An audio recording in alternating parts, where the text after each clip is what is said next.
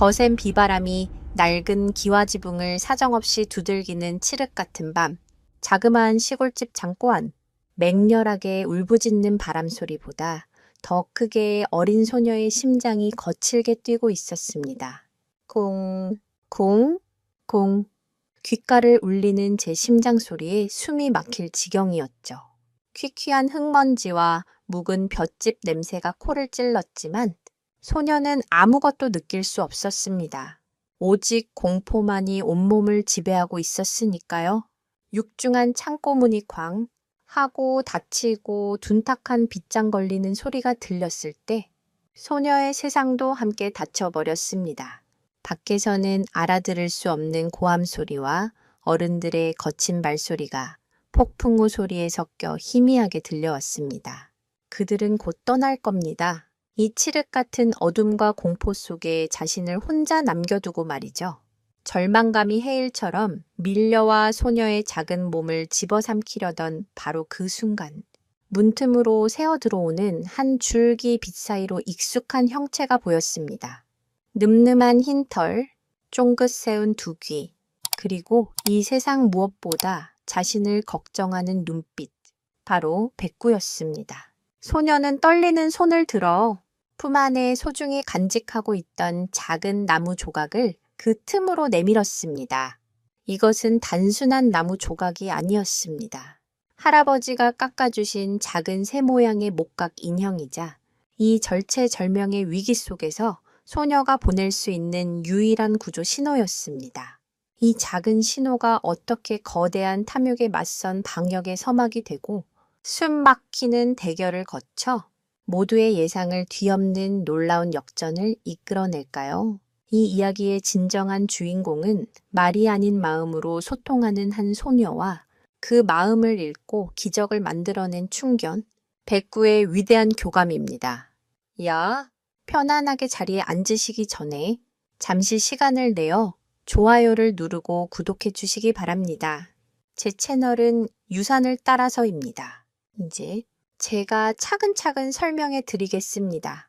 이야기는 폭풍우가 몰아치던 그날로부터 몇 달 전 평화로운 어느 봄날에서 시작됩니다. 충청남도 외곽에 자리한 작은 마을, 세월의 흔적을 고스란히 간직한 고즈넉한 한옥 한 채가 있었습니다. 집 앞마당에는 수령을 가늠하기 힘든 커다란 감나무 한 그루가 늠름하게 서서 사계절의 변화를 묵묵히 지켜보고 있었죠. 이 집에는 과묵하지만 속정 깊은 김 할아버지와 그의 하나뿐인 손녀, 소미가 살고 있었습니다. 그리고 그들 곁에는 언제나 가족의 일원처럼 당당히 자리를 지키는 흰 진돗개의 백구가 있었습니다. 소미는 말을 하지 않는 아이였습니다. 3년 전 빗길 교통사고로 한나란 씨의 부모님을 잃은 충격으로 마음의 문을 닫아버린 것이었죠. 병원에서는 시민성 실어증이라는 진단을 내렸습니다. 소리 내어 웃지도 울지도 않는 소미의 세상은 고요함으로 가득 차 있었습니다. 그런 소미에게 유일한 친구이자 위안은 바로 백구였습니다.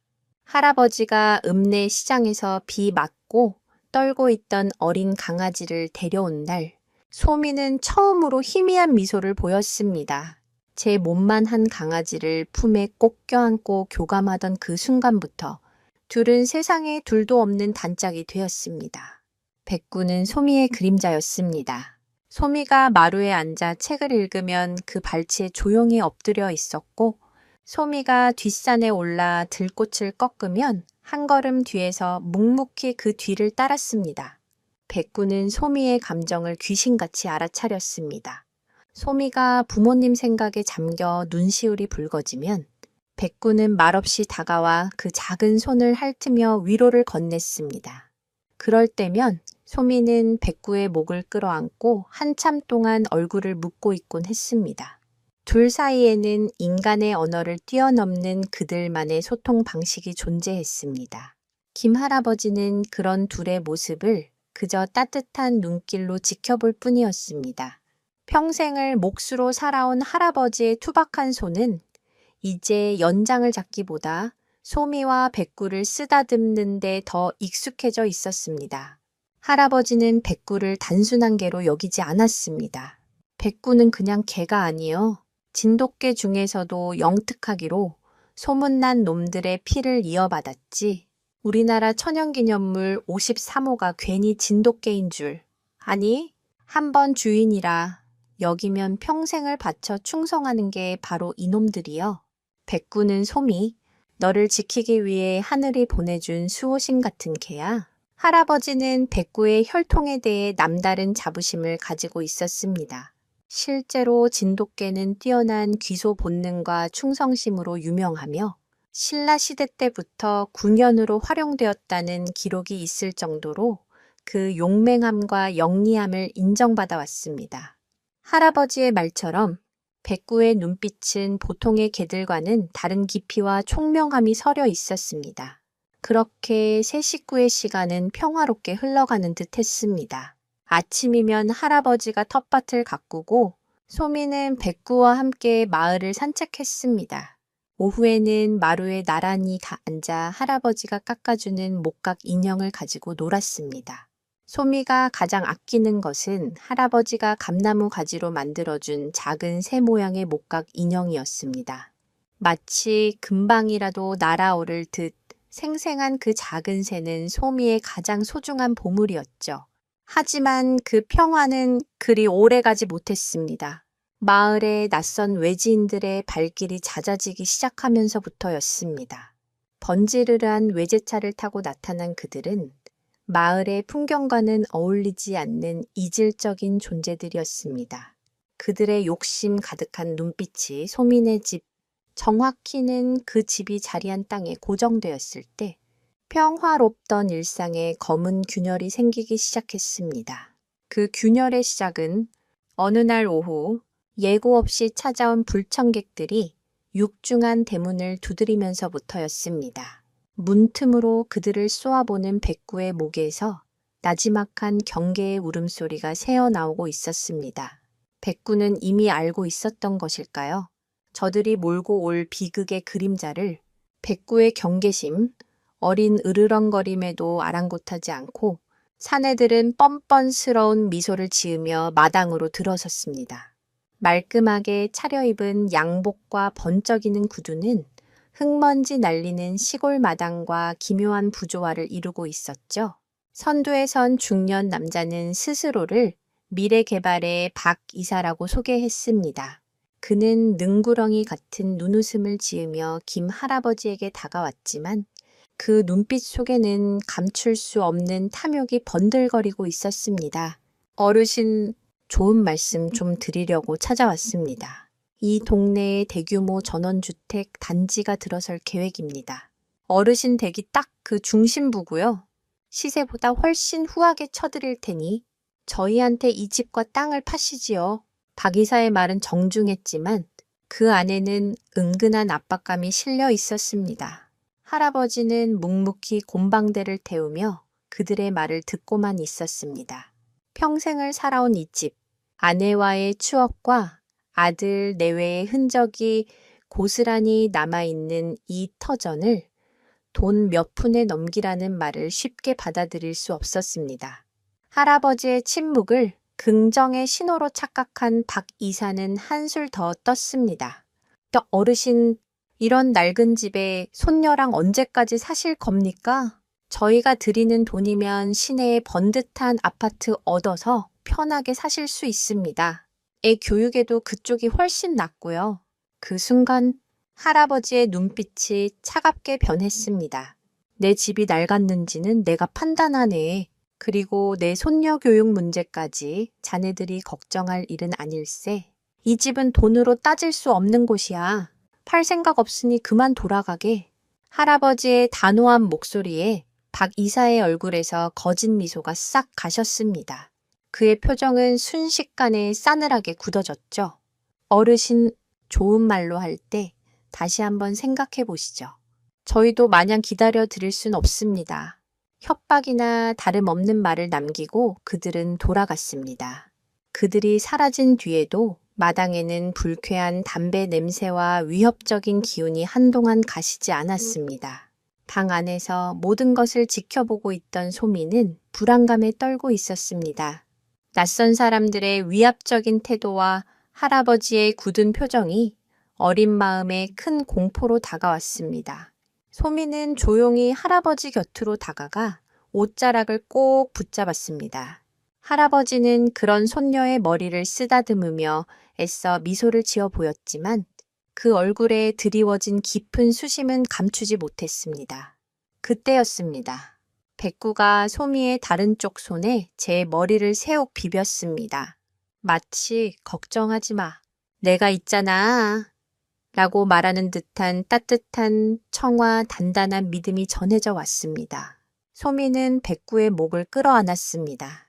백구의 고른 숨소리를 듣고 있자 세차게 뛰던 심장이 조금씩 안정을 되찾기 시작했습니다.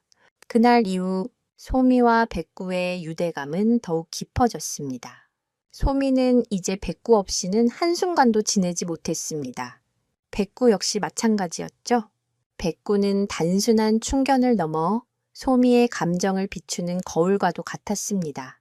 소미가 불안해하면 백구는 한층 더 경계를 강화했고 소미가 잠시라도 평온을 찾으면 백구 역시 편안하게 꼬리를 흔들었습니다. 둘의 교감은 때로 할아버지조차 놀라게 할 정도였습니다. 한 번은 소미가 뒷산에서 발을 헛디뎌 넘어진 적이 있었습니다. 피가 나는 무릎을 부여잡고 아픔을 삼키고 있을 때 어디선가 나타난 백구가 소미의 얼굴을 핥고는 곧장 집으로 달려가 할아버지를 향해 짖기 시작했습니다.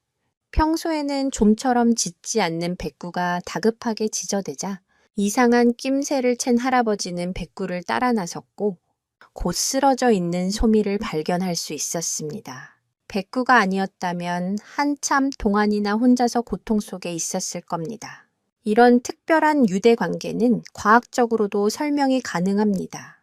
개는 인간의 감정 변화에 따른 미세한 화학적 변화, 즉 땀이나 호르몬 냄새의 변화를 감지하는 능력이 매우 뛰어납니다. 특히 소미처럼 이 감정 표현이 제한된 경우 아이의 불안과 공포가 만들어내는 화학 신호를 백구가 보통 개들보다 훨씬 더 민감하게 포착했을 가능성이 높습니다. 둘 사이의 끈끈한 관계는 이런 생물학적 교감 위에 오랜 시간 함께하며 쌓아온 신뢰가 더해져 만들어진 기적과도 같은 것이었습니다. 소미는 자신의 모든 비밀을 백구에게 털어놓았습니다. 물론 목소리를 통해서가 아니었죠. 소미는 그림을 그려 백구에게 보여주거나 할아버지가 만들어준 목각 인형들로 상황극을 하며 자신의 마음을 표현했습니다.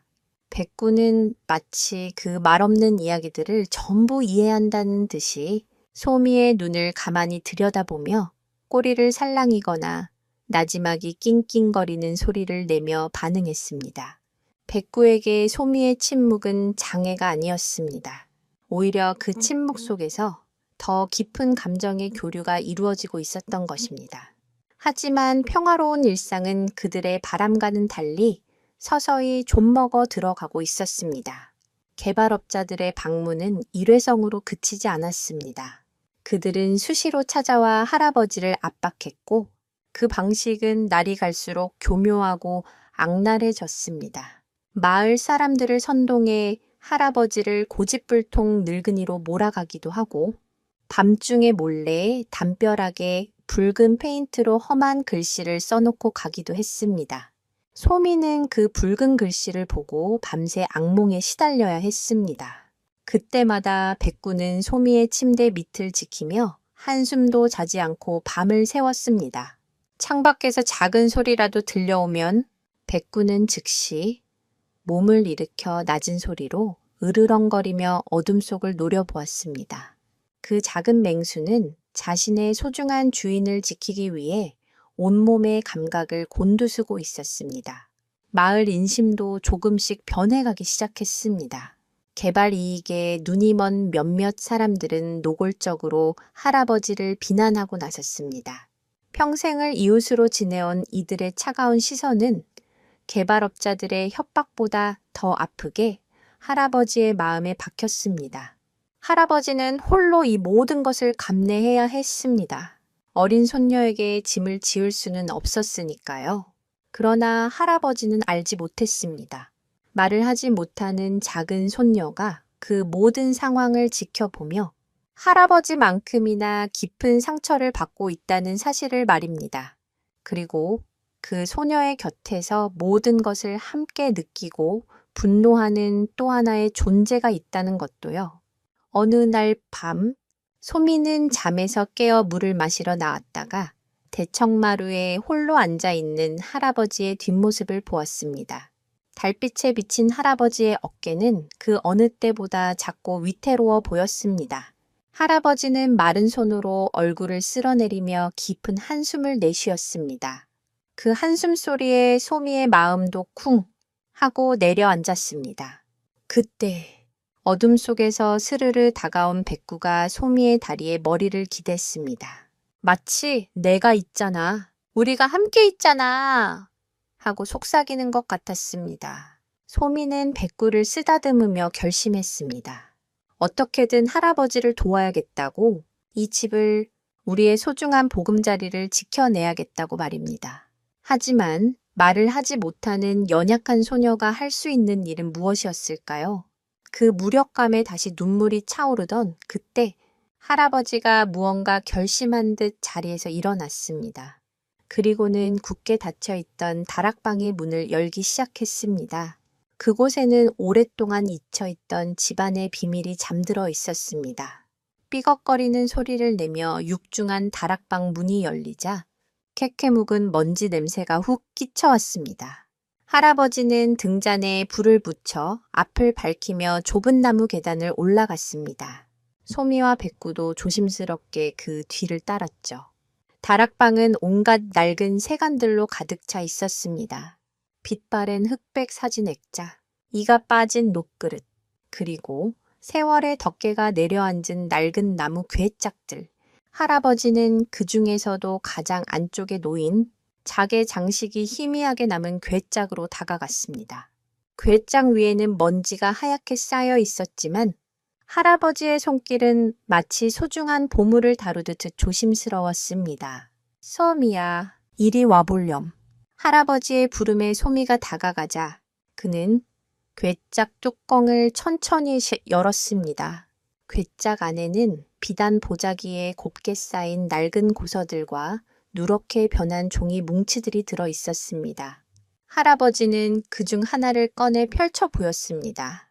그것은 붓으로 정갈하게 쓰인 한문으로 가득한 문서였습니다. 이것은 우리 집안의 족보란다. 그리고 이건 이 집과 땅이 우리 조상 대대로 물려 내려온 것임을 증명하는 옛날 땅 문서지. 할아버지의 목소리는 평소보다 조금 떨리고 있었습니다. 그는 먼지 쌓인 과거의 유물들을 하나씩 꺼내 보이며 소미에게 잊혀가던 집안의 역사를 들려주기 시작했습니다. 이 집은 단순한 흙과 나무로 지어진 건물이 아니었습니다. 할아버지의 할아버지, 그보다 더 오래전 조상들의 땀과 눈물, 기쁨과 슬픔이 켜켜이 쌓여있는 살아있는 역사 그 자체였습니다. 일제강점기에는 독립운동을 하던 조상을 숨겨주었던 비밀의 장소였고 25 전쟁 때는 온 마을 사람들이 모여 포탄을 피했던 피난처이기도 했습니다. 마당의 커다란 감나무는 증조 할머니께서 시집 오던 해에 심은 것으로 집안의 모든 경조사를 묵묵히 지켜봐 온 상징과도 같은 존재였습니다. 개발업자 놈들이 노리는 건 단순히 이 땅만이 아니야. 그들은 이 땅에 아주 특별한 것이 묻혀 있다는 헛소문을 들은 게지. 할아버지의 말에 소미는 고개를 갸웃거렸습니다. 할아버지는 한숨을 쉬며 이야기를 이어갔습니다. 옛날부터 우리 집터가 명당자리라는 말이 있었단다. 이 땅의 기운을 받으면 자손이 번창하고 큰 부자가 된다는 뭐 그런 뜬구름 잡는 이야기 말이다. 그런데 몇 년 전부터 이 근방에 희귀 광물이 매장되어 있다는 소문까지 돌기 시작했어. 과학적 근거도 없는 헛소리인데 욕심에 눈이 먼 사람들에게는 그게 사실처럼 들리는 게지. 탐욕스러운 개발업자들이 이 집을 포기하지 못하는 이유가 바로 그것이었습니다.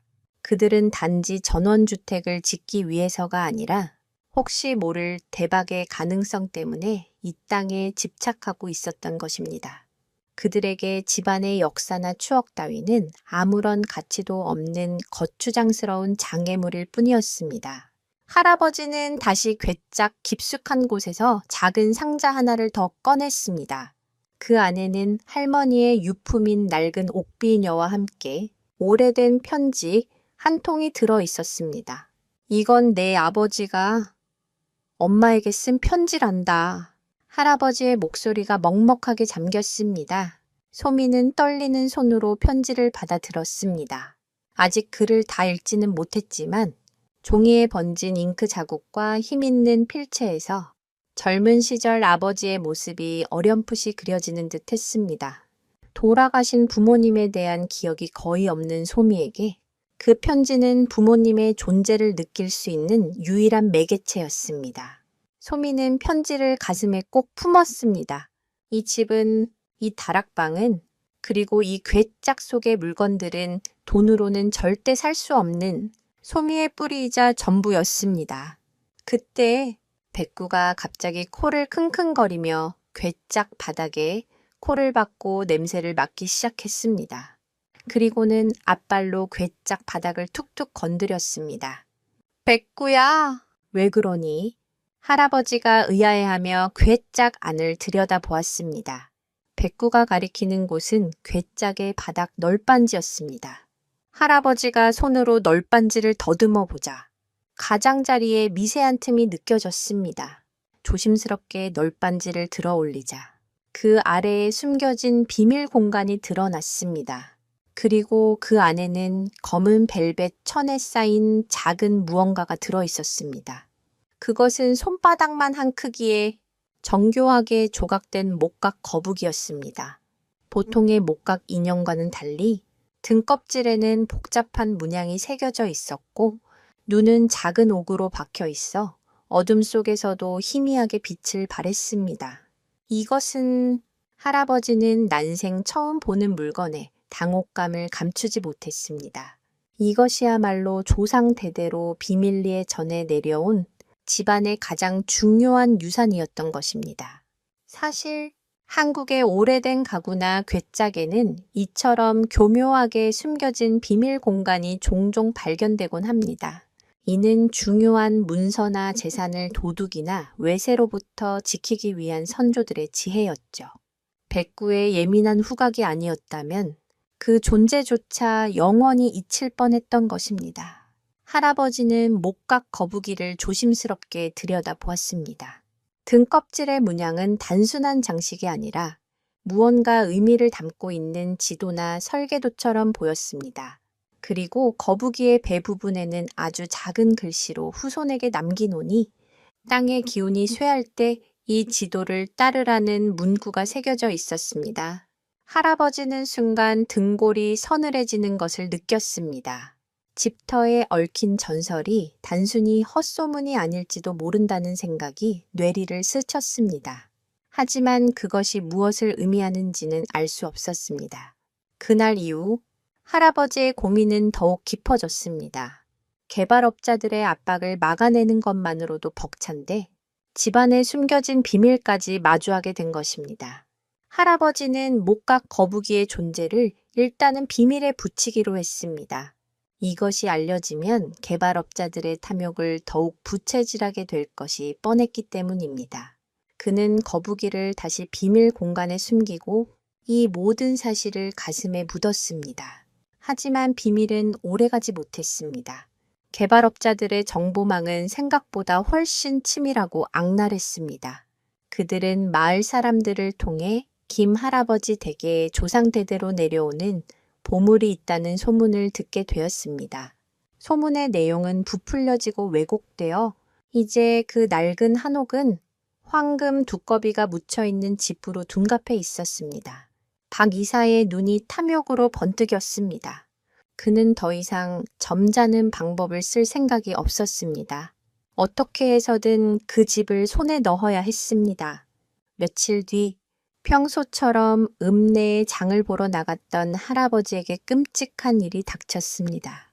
좁은 시골길, 맞은편에서 달려오던 덤프트럭이 중앙선을 넘어 할아버지의 낡은 경운기를 그대로 들이받은 것입니다. 끽! 하는 날카로운 마찰음과 함께 경운기는 종이장처럼 구겨지며 길과 도랑으로 처박혔습니다. 그 트럭은 박 이사의 개발 회사 소유의 차량이었습니다. 그것은 결코 우연한 사고가 아니었습니다. 집을 지키는 가장 강력한 버팀목을 쓰러뜨리려는 그들의 첫 번째 경고이자 비열하고 잔인한 계획의 시작이었습니다. 할아버지가 쓰러졌다는 소식이 마을에 전해졌을 때 소미의 세상은 다시 한번 무너져 내리고 있었습니다. 구급차의 날카로운 사이렌 소리가 고요한 시골 마을의 정적을 갈기갈기 찢어 놓았습니다. 피 묻은 셔츠를 입은 채 들것에 실려나가는 할아버지의 모습을 본 순간 소미의 시간은 그대로 멈춰버렸습니다. 3년 전 부모님을 잃었던 그날의 끔찍한 기억이 눈앞에 생생하게 되살아났습니다. 숨이 쉬어지지 않았습니다. 비명조차 지를 수 없는 깊은 절망감이 아이의 작은 몸을 짓눌렀습니다. 마을 사람들이 웅성거리며 걱정스러운 눈빛을 보냈지만 그 어떤 위로도 소미의 귀에는 들리지 않았습니다. 그때 소미의 곁을 지키고 있던 백구가 다급하게 짖기 시작했습니다. 구급차를 향해, 그리고 멀어져가는 할아버지를 향해 마치 돌아오라고 절규하듯 목이 쉬어라 지저댔습니다. 백구의 울음소리는 단순한 동물의 울음이 아니었습니다. 가족을 잃은 슬픔과 소중한 것을 지켜내지 못했다는 분노, 그리고 홀로 남을 어린 주인을 향한 애끓는 걱정이 뒤섞인 처절한 외침이었습니다. 백구의 그 절박한 울음소리에 정신을 차린 소미는 자기도 모르게 구급차를 향해 달려나갔습니다. 할아버지! 목구멍까지 차오른 그 외침은 끝내 소리가 되지 못하고 뜨거운 눈물과 함께 터져 나왔습니다. 병원으로 옮겨진 할아버지는 다행히 목숨은 건졌지만 다리가 부러지고 머리를 심하게 다쳐 의식을 찾지 못했습니다. 사고를 낸 덤프트럭 운전사는 졸음운전이었다고 주장했고 목격자도 없는 상황에서 사건은 단순 교통사고로 종결될 위기에 처했습니다. 박 이사와 개발업자들은 병원의 형식적인 위로 방문을 와서는 할아버지의 치료비와 소미의 장례를 위해서라도 집을 파는 것이 현명한 처사라며 이웃 아주머니를 통해 은근히 압력을 가해왔습니다. 그들의 계산된 잔인함에 치가 떨렸지만 당장 할아버지를 돌봐야 하는 상황에서 누구도 섣불리 나설 수 없었습니다. 할아버지가 병원에 입원하면서 낡은 한옥에는 소미와 백구만이 덩그러니 남게 되었습니다.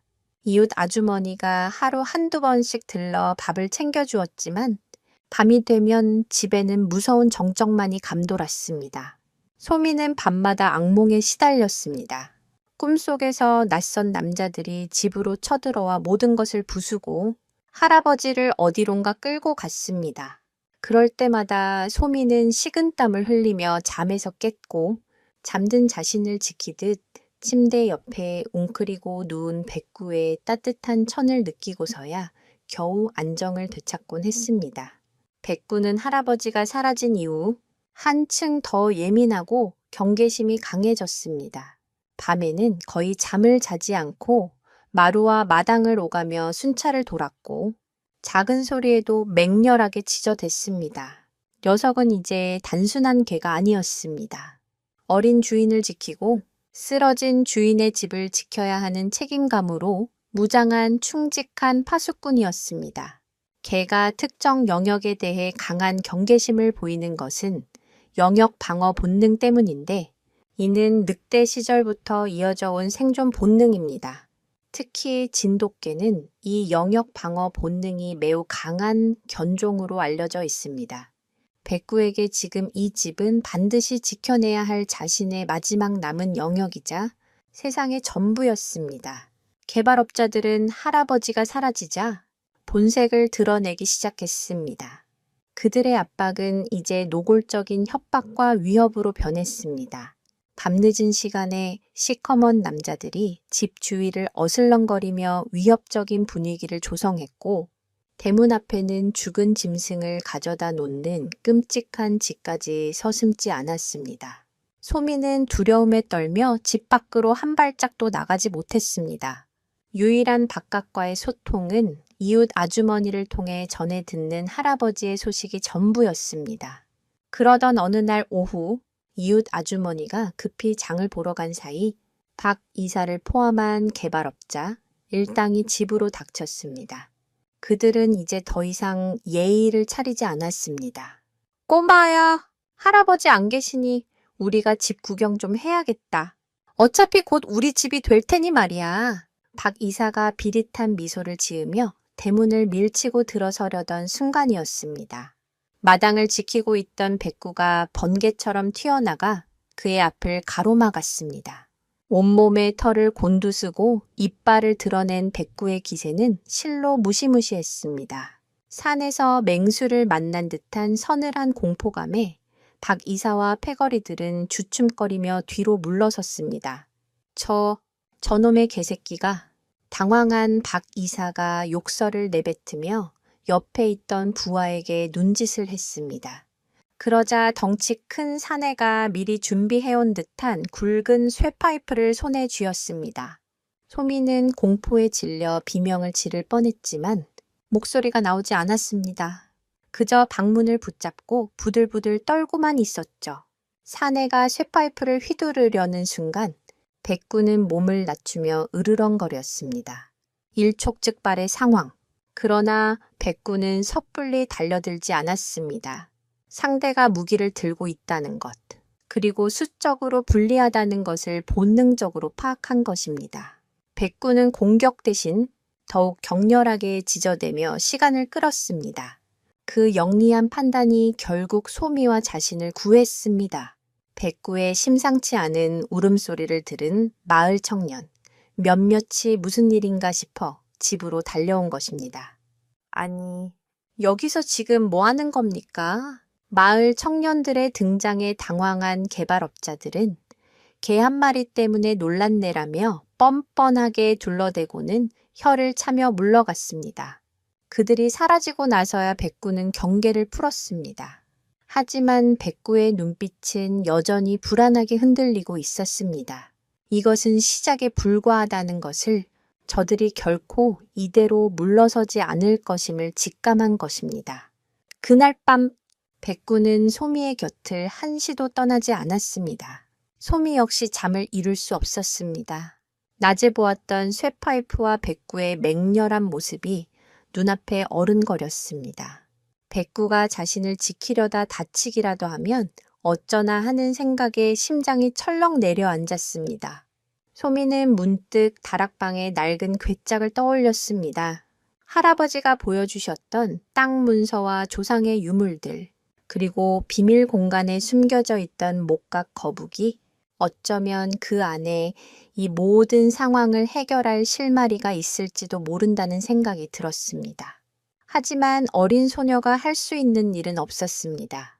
그때 한 가지 생각이 소미의 뇌리를 스쳤습니다. 할아버지가 입원하시기 전 심란한 얼굴로 무언가를 중얼거리셨던 기억이 떠오른 것입니다.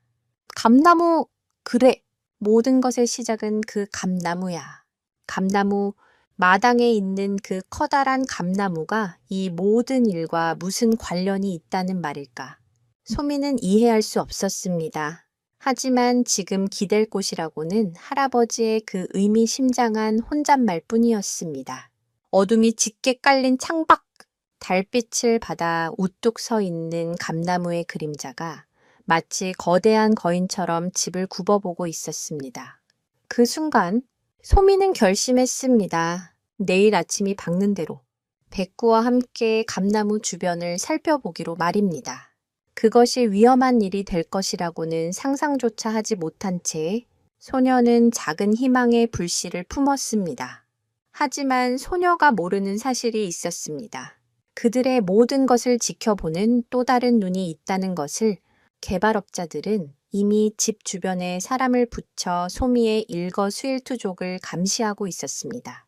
그들의 계획은 훨씬 더 치밀하고 잔인하게 진행되고 있었습니다. 다음 날 아침 희미한 여명이 창호지를 물들이기 시작할 무렵 소미는 잠에서 깼습니다. 밤새 뒤척였지만 선잠을 잔 탓에 몸은 천근만근 무거웠습니다. 하지만 소녀의 눈빛만은 그 어느 때보다 단단하게 빛나고 있었습니다. 더 이상 두려움에 떨고만 있을 수는 없었습니다. 할아버지를 위해 그리고 이 집을 지키기 위해 자신이 무언가 해야만 했습니다. 소미의 결심을 알아차리기라도 한 듯 발치에서 잠들어 있던 백구가 스르르 고개를 들고 소미를 물끄러미 바라보았습니다. 그 깊고 총명한 눈동자는 마치 무슨 계획이든 함께할게 라고 말하는 것 같았죠. 소미는 조심스럽게 마루로 나와 마당에 우뚝 솟은 감나무를 바라보았습니다. 감나무, 모든 것의 시작은 그 감나무야. 할아버지의 혼잣말이 귓가에 맴돌았습니다. 수백 년의 세월 동안 이 집의 역사를 묵묵히 지켜봐 온 저 나무에 대체 어떤 비밀이 숨겨져 있다는 것일까요? 한국의 시골 마을에서 오래된 거목, 특히 감나무나 느티나무는 단순히 과일을 맺는 나무 이상의 의미를 지닙니다. 마을의 안녕을 지키는 수호신으로 여겨지거나 중요한 약속이나 물건을 숨겨두는 표식으로 사용되기도 했습니다. 어쩌면 할아버지가 말한 시작이란 이 집안의 역사가 시작된 상징적인 의미일 수도 혹은 무언가 물리적인 시작점을 의미하는 것일 수도 있었습니다. 소미는 백구와 함께 감나무로 다가갔습니다. 어른 서너 명이 팔을 벌려야 겨우 안을 수 있을 만큼 굵은 나무 기둥은 세월의 상처로 울퉁불퉁했습니다. 소미는 작은 손으로 거친 나무 껍질을 쓸어보며 주변을 꼼꼼히 살피기 시작했습니다. 혹시라도 무언가 표식이 남아있지 않을까? 숨겨진 공간이라도 있지 않을까 하는 기대에서였죠. 하지만 아무리 둘러보아도 특별한 점은 보이지 않았습니다. 그저 오래된 나무일 뿐이었습니다. 실망감이 밀려오려던 그때 백구가 갑자기 나무 뿌리 근처의 한 지점에 코를 박고 킁킁거리기 시작했습니다. 그러고는 앞발로 흙을 툭툭 파헤치는 신용을 했습니다. 백구가 가리키는 곳으로 다가간 소미는 고개를 갸웃했습니다. 다른 곳과 별다를 바 없는 평범한 흙바닥처럼 보였기 때문입니다. 하지만 자세히 들여다보니 주변의 흙과는 미세하게 색깔이 다른 부분이 눈에 띄었습니다. 마치 한번 파헤쳤다가 다시 덮은 것처럼 부자연스러운 흔적이었습니다. 소미는 주변에 있던 나뭇가지로 그곳을 조심스럽게 파보기 시작했습니다. 얼마 파지 않아 나뭇가지 끝에 탁하고 단단한 것이 부딪히는 감촉이 느껴졌습니다. 흙을 걷어내자 이끼가 낀 낡은 돌 하나가 모습을 드러냈습니다. 손바닥만 한 크기의 평평한 돌 위에는 희미하게나마 인위적으로 새긴 듯한 문양이 남아 있었습니다. 그것은 다락방 비밀 공간에서 보았던 목각 거북이 등 껍질의 문양과 놀랍도록 닮아 있었습니다. 소미의 심장이 세차게 뛰기 시작했습니다. 이것이 바로 할아버지가 말한 단서일까요? 하지만 이게 무엇을 의미하는지는 도무지 알 수 없었습니다. 그저 모든 것이 거대한 수수께끼처럼 느껴질 뿐이었습니다. 같은 시각 도시의 병원, 의식불명 상태에 빠져있던 김 할아버지의 눈꺼풀이 미세하게 파르르 떨렸습니다. 할아버지는 깊고 어두운 꿈속을 헤매고 있었습니다. 꿈속에서 할아버지는 어린 소년이 되어 있었습니다. 하얀 수염을 길게 기른 아버지가 어린 할아버지의 손을 잡고 마당의 감나무 아래에 서 있었습니다. 기억하거라, 아들아. 이 집터는 그냥 땅이 아니다. 우리 조상들의 혼이 깃든 곳이란다. 훗날 아주 힘든 시기가 닥쳐 우리 가문이 위태로워지거든. 이 감나무의 정기를 받은 거북이가 길을 알려줄 것이다. 아버지는 품속에서 목각 거북이를 꺼내 보여주었습니다. 이 거북이의 등껍질에 새겨진 지도는 북쪽을 가리키고 있다. 허나 진짜 길은 해가 가장 짧아지는 동짓날, 전고의 감나무 그림자가 가리키는 곳에 있느니라. 그곳에 우리 가문을 다시 일으킬 약속의 증표가 묻혀 있다. 아버지, 약속의 증표가 무엇입니까? 어린 할아버지가 묻자 아버지는 그저 인자한 미소만 지을 뿐이었습니다. 그것은 돈보다 귀하고 권력보다 강한 것이다. 우리 후손들이 올바른 마음으로 살아갈 때 비로소 그 가치를 바라게 될 게야. 아버지의 목소리가 점점 멀어지며 꿈에서 깨어나려는 찰나 할아버지의 입에서 희미한 잠꼬대가 새어 나왔습니다. 거북이, 그림자, 동짓날, 약속.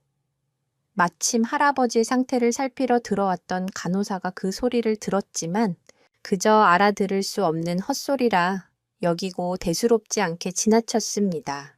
하지만 그 짧은 단어들 속에는 이 모든 비극을 해결할 결정적인 열쇠가 담겨 있었습니다. 할아버지의 잊혀진 기억, 그것은 바로 수십 년 전 아버지가 들려주셨던 집안의 비밀이었던 것입니다. 한편 소민의 집을 멀찍이서 감시하던 개발업자의 부하는 소미와 백구가 감나무 아래에서 무언가를 발견한 듯한 모습을 놓치지 않았습니다. 그는 즉시 박 이사에게 전화를 걸어 상황을 보고했습니다.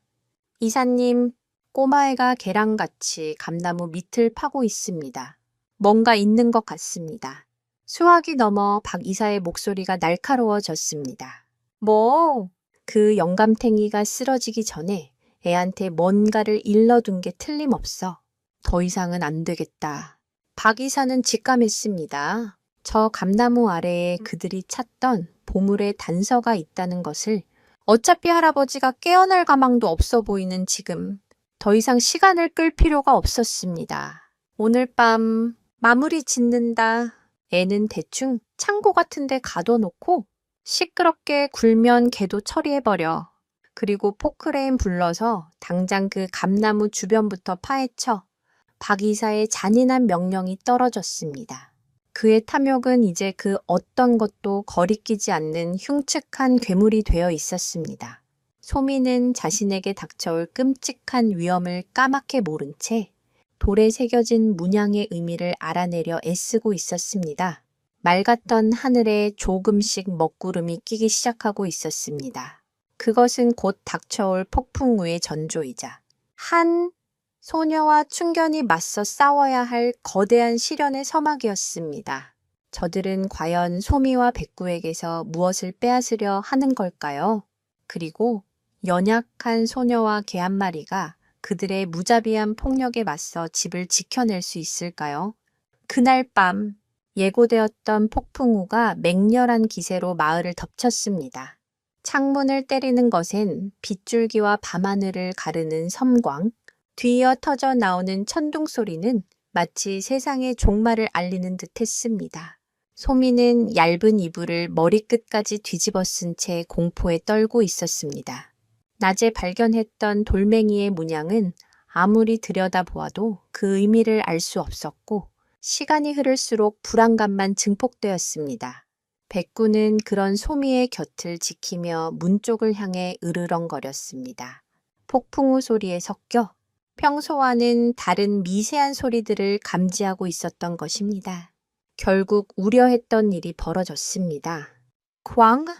하는 굉음과 함께 낡은 대문이 거칠게 열리고 검은 비옷을 입은 서너 명의 그림자가 마당으로 쏟아져 들어왔습니다.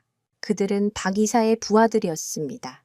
번갯불이 번쩍이며 그들의 탐욕스러운 얼굴을 비추는 순간 백구는 용수철처럼 튀어나가 맹렬하게 짖기 시작했습니다.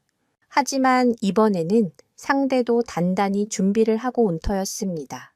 한 사내가 커다란 그물망을 던져 순식간에 백구의 몸을 덮어버렸습니다. 버둥거리는 백구를 다른 사내들이 몽둥이로 무자비하게 내리치기 시작했습니다. 깽! 깽! 백구의 처절한 비명이 천둥 소리를 뚫고 소미의 고막을 찢었습니다. 백구야! 소미는 자기도 모르게 비명을 지르며 방 밖으로 뛰쳐나왔습니다. 그 순간 험상궂은 사내 하나가 소미의 팔을 거칠게 붙잡았습니다. 얌전히 따라와.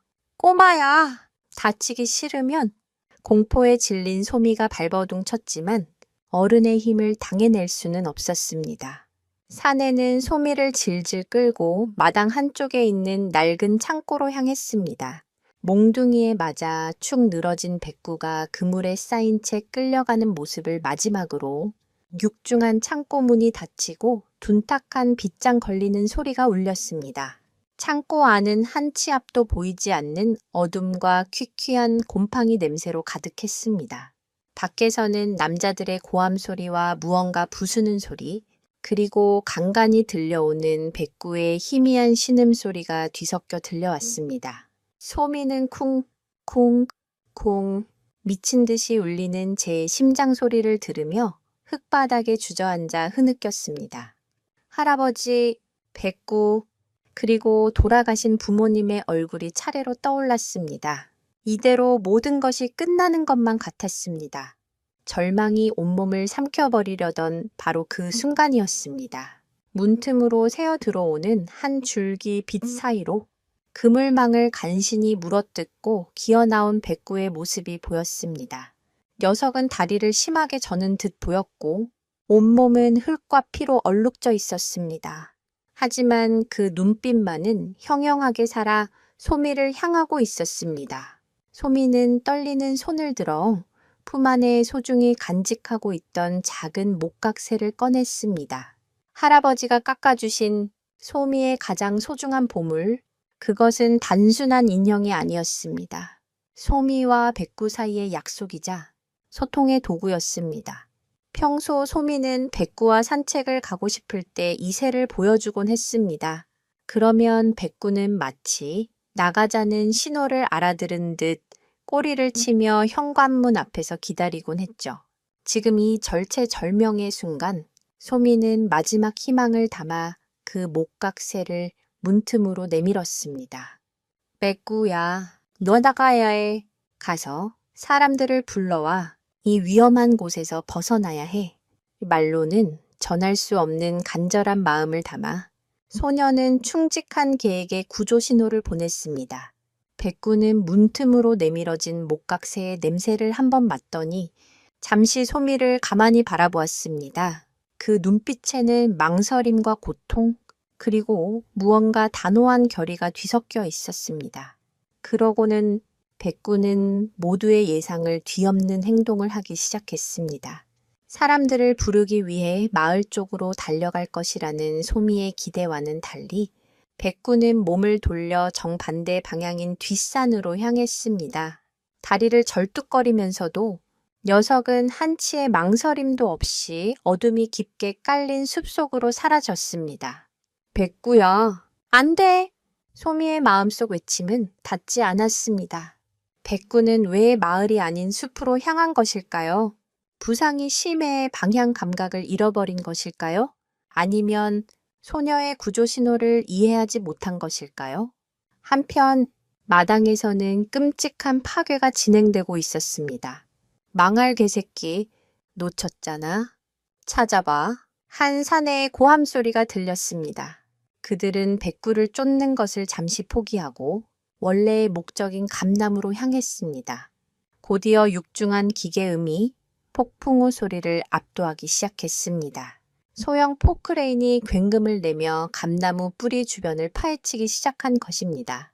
수백 년의 세월을 견뎌온 거대한 나무가 속수무책으로 흔들리고 뿌리가 끊어지는 고통스러운 소리가 어둠 속에 울려 퍼졌습니다. 창고에 갇힌 소미는 그 소리를 들으며 무력감에 몸을 떨었습니다. 백구는 사라져버렸고 집의 상징인 감나무는 쓰러지기 직전이었습니다. 이제 정말 모든 것이 끝이라고 생각한 순간 포크레인 소리가 갑자기 멈췄습니다. 그리고 남자들의 흥분한 목소리가 들려왔습니다. 찾았다. 여기야. 여기 뭐가 묻혀 있어. 그들의 외침에 소미는 심장이 멎는 듯 했습니다. 그들이 찾던 보물이 정말로 감나무 아래에 있었던 것일까요? 할아버지의 기억 속에 있던 약속의 증표가 저 악당들의 손에 넘어가게 되는 것일까요? 어둠 속에서 홀로 남겨진 소녀는 아무것도 알 수 없었습니다. 하지만 소미가 알지 못하는 곳에서 부상당한 몸을 이끌고 숲으로 사라진 백구의 기묘하고도 위대한 임무가 이제 막 시작되고 있었습니다. 백구가 향한 곳은 과연 어디였을까요? 그곳에 이 절망적인 상황을 뒤집을 마지막 방역의 열쇠가 기다리고 있었습니다. 소미는 창고의 차가운 흙바닥에 주저앉아 절망적인 현실을 온몸으로 받아들여야 했습니다. 마당에서 들려오는 남자들의 환호성은 비수처럼 날아와 어린 심장에 박혔습니다. 할아버지가 그리고 조상 대대로 지켜온 소중한 무언가가 저들의 손에 넘어갔다는 생각에 눈앞이 캄캄해졌습니다. 믿었던 백구마저 자신을 버리고 어디론가 사라져 버렸습니다. 세상에 정말로 홀로 남겨진 기분이었습니다. 빗줄기는 더욱 거세졌고 창고의 낡은 지붕, 틈새로 차가운 빗물이 떨어져 소미의 얼굴을 적셨습니다. 그것이 눈물인지 빗물인지 구분할 수 없었습니다. 시간이 얼마나 흘렀을까? 바깥의 소란이 조금씩 잦아들었습니다. 소미는 문틈으로 희미하게 새어나오는 불빛의 의지에 조심스럽게 밖을 살폈습니다. 남자들은 감나무 아래 파헤쳐진 구덩이 주변에 모여 있었습니다.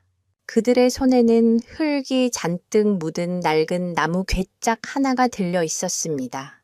저것이 바로 그들이 찾던 보물인 듯 했습니다.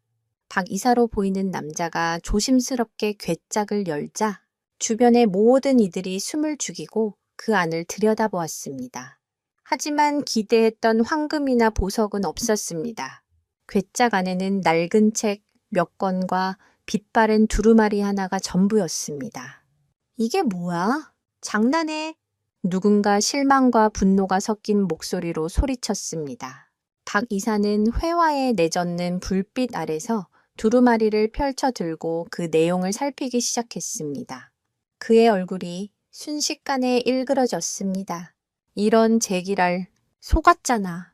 이건 보물이 아니라 그냥 옛날 토지 관련 서류들이잖아. 그렇습니다. 감나무 아래 묻혀있던 것은 재물이 아니었습니다. 그것은 이 집과 주변 토지가 애초에 국가에 귀속된 땅이었으나 독립운동에 헌신한 김 할아버지의 조상에게 나라가 그 공을 기려 특별히 하사한 것임을 증명하는 공식적인 문서들이었습니다. 또한 이 지역 일대가 역사적 보존 가치가 높아 함부로 개발할 수 없다는 내용의 고지도와 함께 만약 개발이 진행될 경우 토지 소유주에게 막대한 보상금을 지급해야 한다는 구체적인 법적 조항까지 명시되어 있었습니다. 이것이야말로 할아버지의 아버지가 말한 약속의 증표의 진짜 의미였습니다. 돈보다 귀하고 권력보다 강한 것. 그것은 바로 불의에 맞서 자신들의 권리를 당당히 지킬 수 있는 정당한 명분과 법적 권리였던 것입니다. 조상은 후손들이 재물에 눈이 멀어 분쟁에 휘말릴 것을 경계하여 가장 중요한 이 문서들을 땅속 깊이 숨겨두고 오직 가문이 위기에 처했을 때만 찾을 수 있도록 비밀을 만들어 두었던 것입니다. 하지만 이 문서의 가치를 알 리 없는 개발업자들에게는 그저 휴지 조각에 불과했습니다. 에이스, 젠장, 헛고생만 했네. 박 이사는 신경질적으로 서류 뭉치를 구덩이에 다시 던져버렸습니다. 그들의 탐욕은 이제 방향을 잃고 맹목적인 분노로 변했습니다. 이 집 당장 부셔버려. 본보기로 저 창고부터 박살내. 박 이사의 눈에 살기가 번뜩였습니다. 증거를 인멸하고 자신들을 속인 것에 대한 분풀이를 하려는 심산이었습니다. 그 순간 창고 안에 갇혀있던 소미는 죽음의 공포를 느꼈습니다. 포크레인이 다시 시동을 거는 굉금이 들려왔고 육중한 소의 삼나리 창고 벽을 향해 다가오는 것이 문틈으로 보였습니다. 쾅! 하는 굉음과 함께 나무벽 일부가 부서져 내리고 흙먼지가 자욱하게 피어올랐습니다. 이제 정말 끝이었습니다. 소미는 눈을 질끈 감았습니다. 짧은 생이 주 마등처럼 스쳐 지나갔습니다. 바로 그때였습니다. 어둠을 뚫고 기적처럼 한 줄기 빛이 그들을 향해 돌진해 왔습니다. 마을 이장님의 낡은 트럭이었습니다. 트럭 헤드라이트에 눈부신 불빛에 당황한 남자들이 잠시 동작을 멈췄습니다. 그리고 트럭 뒤에서는 손에 몽둥이와 농기구를 든 수십 명의 마을 사람들이 성난 얼굴로 달려오고 있었습니다. 이놈들, 감히 어린애 혼자 있는 집에 와서 무슨 짓들이야. 이장님의 불호령과 함께 분노한 마을 사람들은 개발업자들에게 달려들었습니다. 어떻게 된 일일까요? 모두가 잠든 이 깊은 밤에 마을 사람들은 어떻게 알고 이곳으로 달려온 것일까요? 그들을 이곳으로 이끈 것은 바로 모두가 잊고 있던 존재, 숲속으로 사라졌던 백구였습니다. 백구는 소미의 구조 신호를 받고 마을로 가지 않았습니다. 녀석은 더 확실한 방법을 알고 있었던 것입니다. 백구는 곧장 마을의 가장 높은 곳에 위치한 이장님 댁으로 달려갔습니다. 그리고는 문이 부서져라 지저대고 긁어대며 이장님을 깨웠습니다. 처음에는 웬 개가 와서 행패냐며 내쫓으려던 이장님은 흙과 피로 범벅이 된 백구의 모습과 그 절박하고도 지성적인 눈빛에서 무언가 심상치 않은 일이 벌어졌음을 직감했습니다. 백구는 이장님이 밖으로 나오자 소민의 집 방향으로 몇 걸음 달려가다 뒤돌아보며 계속해서 짖었습니다. 따라오라는 명백한 신호였습니다. 이장님은 급히 마을 방송 스피커를 잡았습니다. 주민 여러분, 긴급 상황입니다. 지금 바로 김 영감님 댁으로 모두 모여주시기 바랍니다. 딸강도 때가 들어왔습니다. 한밤중에 울려 퍼진 다급한 방송에 잠자던 마을 사람들은 하나둘씩 집 밖으로 쏟아져 나왔습니다. 개발업자들의 횡포에 불만을 품고 있던 사람들, 할아버지의 사고 소식에 마음 아파하던 사람들, 모두가 한마음이 되어 소미를 구하기 위해 달려온 것입니다. 마당에서는 순식간에 아수라장이 펼쳐졌습니다. 수적으로 불리해진 개발업자들은 당황하여 뿔뿔이 흩어져 도망치기 시작했습니다. 박 이사 역시 파헤쳐진 구덩이에서 중요한 서류 몇 장을 다급히 챙겨 어둠 속으로 몸을 숨기려 했습니다. 그때 그의 앞을 가로막는 그림자가 있었습니다. 다리를 절뚝거리면서도 결코 물러서지 않는 눈빛, 바로 백구였습니다. 백구는 박 이사가 든 서류 뭉치를 향해 자신의 마지막 남은 힘을 다해 몸을 날렸습니다. 이제 홀로 남겨진 소녀와 충직한 개가 벌이는 처절한 싸움의 마지막 장이 시작되려 하고 있었습니다. 창고 문이 부서지며 열리고 이웃 아주머니가 달려와 소미를 부축해 밖으로 이끌었습니다.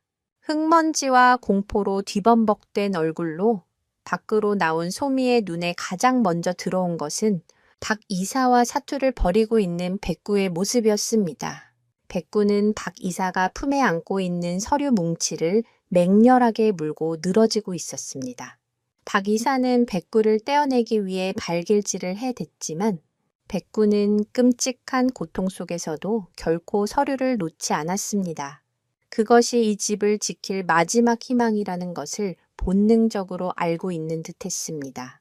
이놈의 개새끼가 다급해진 박 이사가 품속에서 무언가를 꺼내 들었습니다. 번갯불에 번쩍이는 그것은 바로 날카로운 칼이었습니다.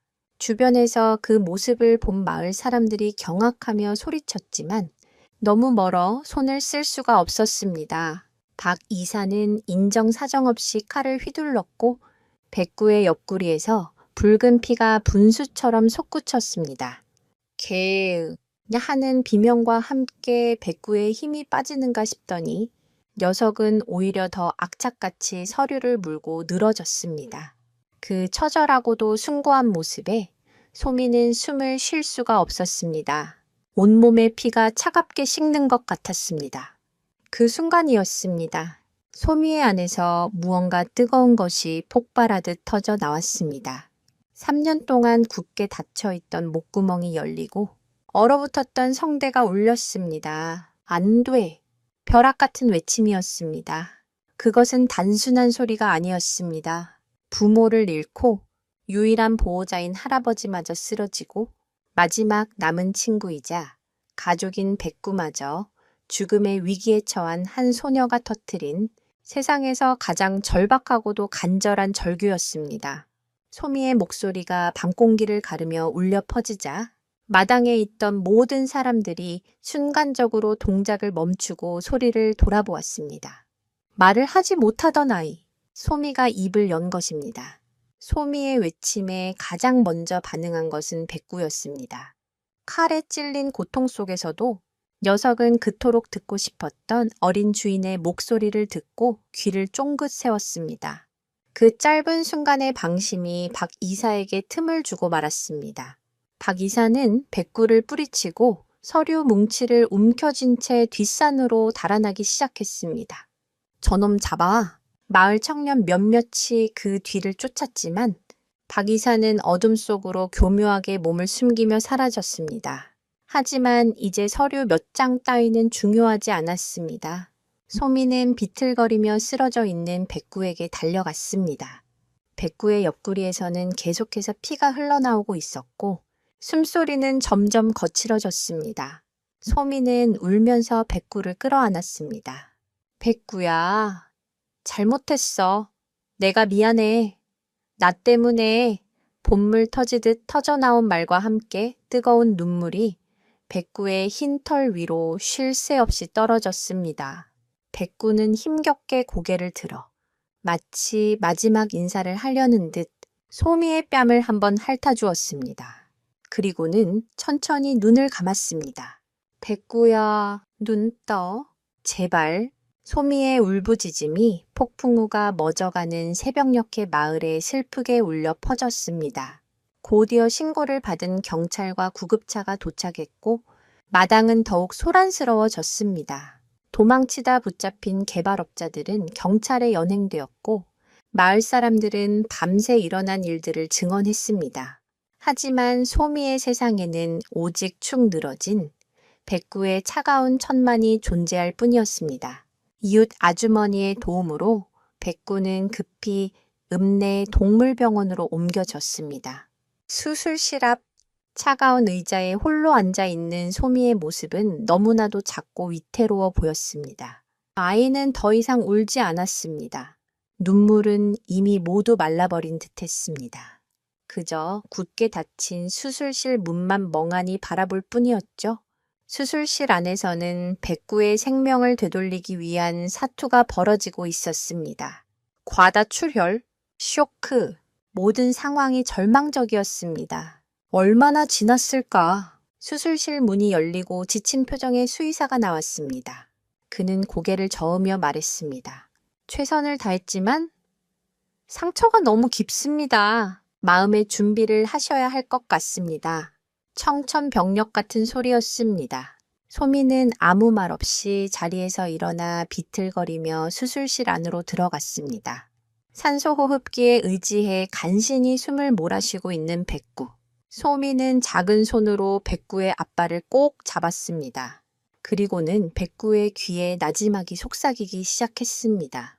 백구야, 기억나. 우리가 처음 만난 날 비 맞고 떨고 있는 널 할아버지가 데려왔을 때 넌 너무 작고 따뜻했어. 네가 있어서 난 외롭지 않았어. 네가 내 목소리를 찾아줬잖아. 이제 내가 널 지켜줄 차례야. 그러니까 제발 날 두고 가지 마. 소녀의 진심 어린 속삭임이 기적을 만들어낸 것일까요?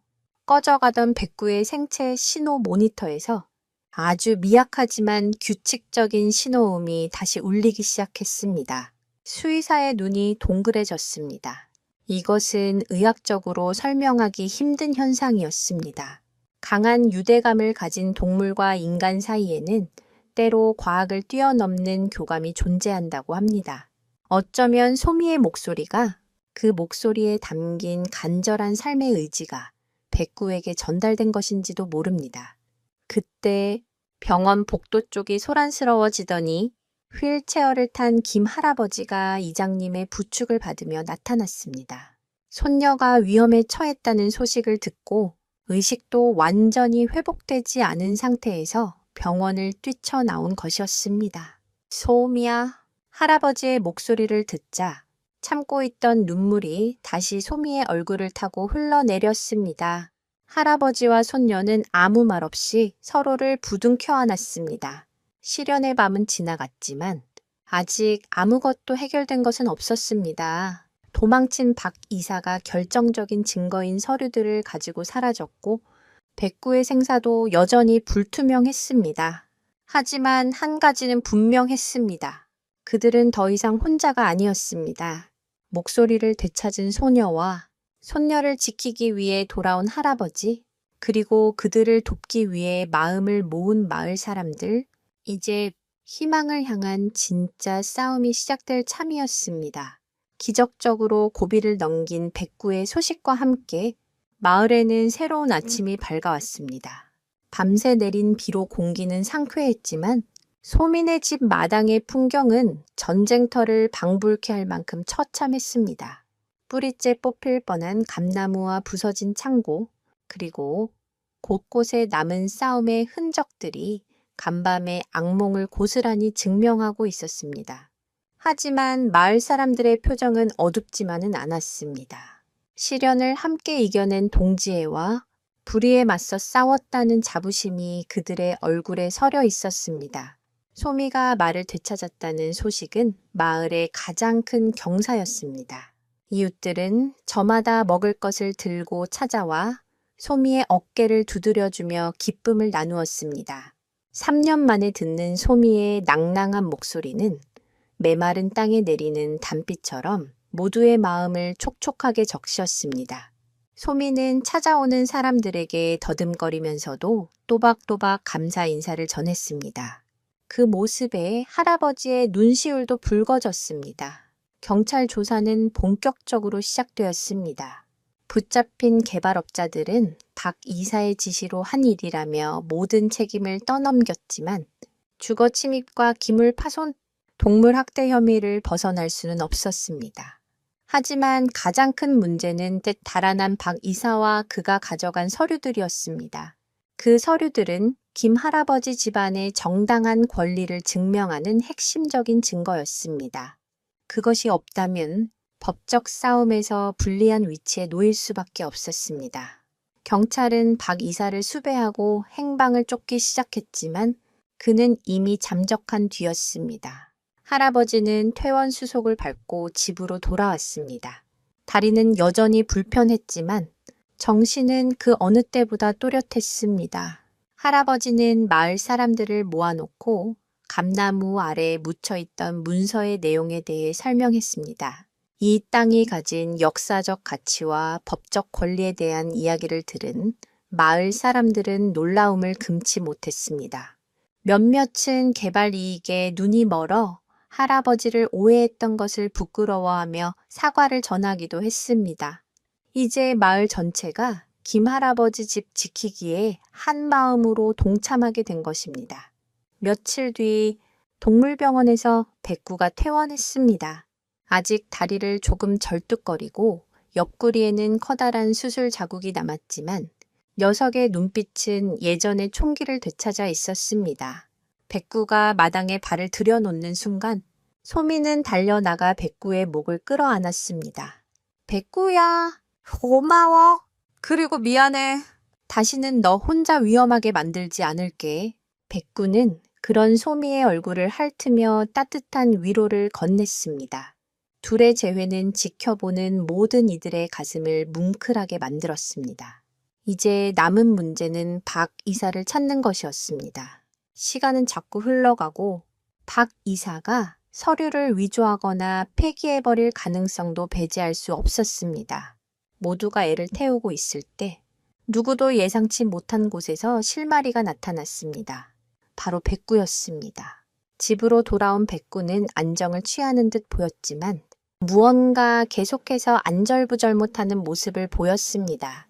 특히 해질 녘이 되면 현관문 앞에 앉아 뒷산 쪽을 바라보며 나지막이 낑낑거렸습니다. 마치 무언가를 찾으러 가야 한다고 중요한 일이 남았다고 말하는 듯한 행동이었습니다. 처음에는 사고의 후유증이나 트라우마 때문이라고 생각했지만 백구의 행동은 매일같이 반복되었습니다. 백구가 왜 저러는 걸까요? 소미가 걱정스럽게 묻자 할아버지는 백구의 머리를 쓰다듬으며 깊은 생각에 잠겼습니다. 글쎄다! 녀석이 저렇게 뒷산을 바라보는 게 꼭 그날 밤 같구나. 박 이사 놈을 쫓아 숲으로 사라졌을 때 말이다. 할아버지의 말에 소미는 문득 한 가지 가능성을 떠올렸습니다. 할아버지, 혹시 백구가 박 이사가 어디 있는지 아는 게 아닐까요? 터무니없는 생각처럼 들렸지만 불가능한 이야기만은 아니었습니다. 개는 인간보다 수천 배에서 수만 배 발달한 후각을 가지고 있습니다.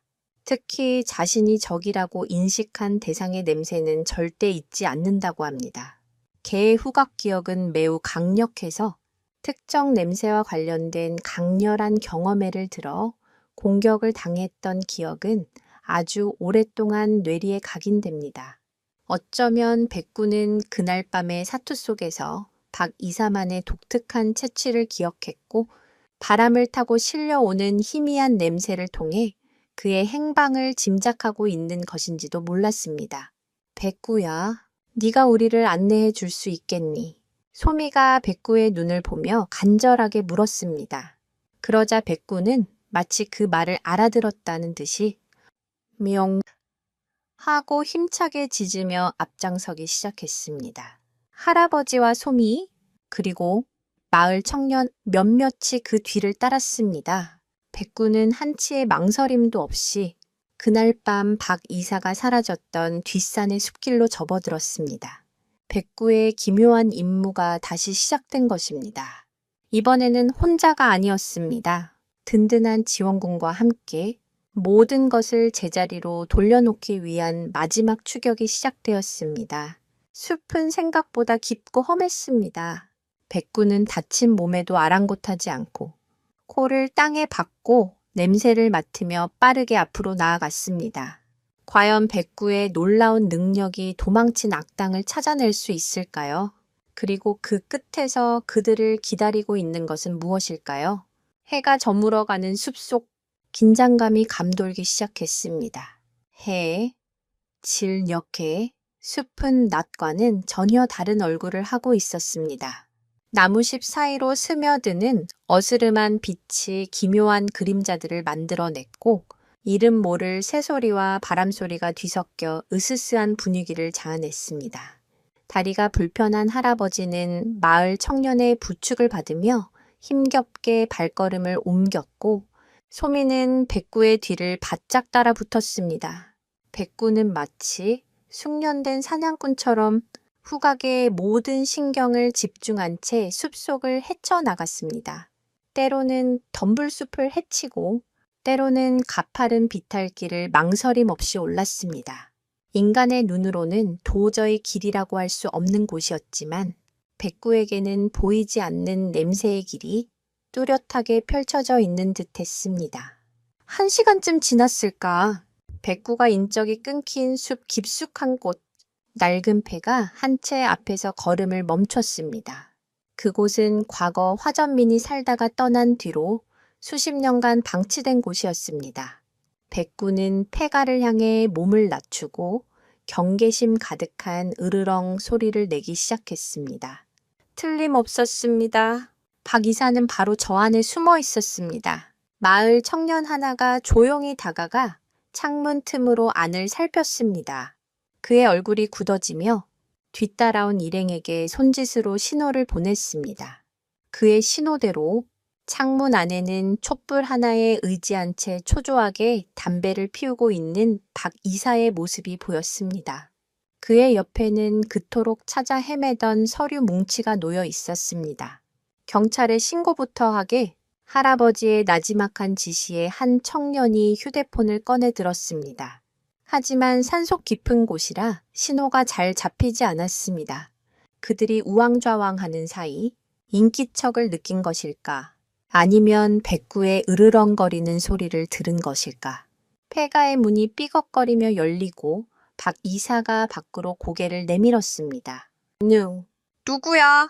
자신들을 발견한 박 이사의 얼굴에 당혹감과 분노가 교차했습니다. 그는 자신을 찾아온 것이 김 할아버지와 마을 사람들이라는 것을 확인하자 옆에 있던 서류 뭉치를 품에 안고 다시 숲속으로 도망치기 시작했습니다. 저놈 잡아라. 할아버지의 외침과 함께 숨막히는 추격전이 다시 시작되었습니다. 박 이사는 독이 오른 쥐처럼 필사적으로 달렸습니다. 지리에 익숙한 듯 그는 험한 산길을 교묘하게 빠져나가며 추격을 따돌리려 했습니다.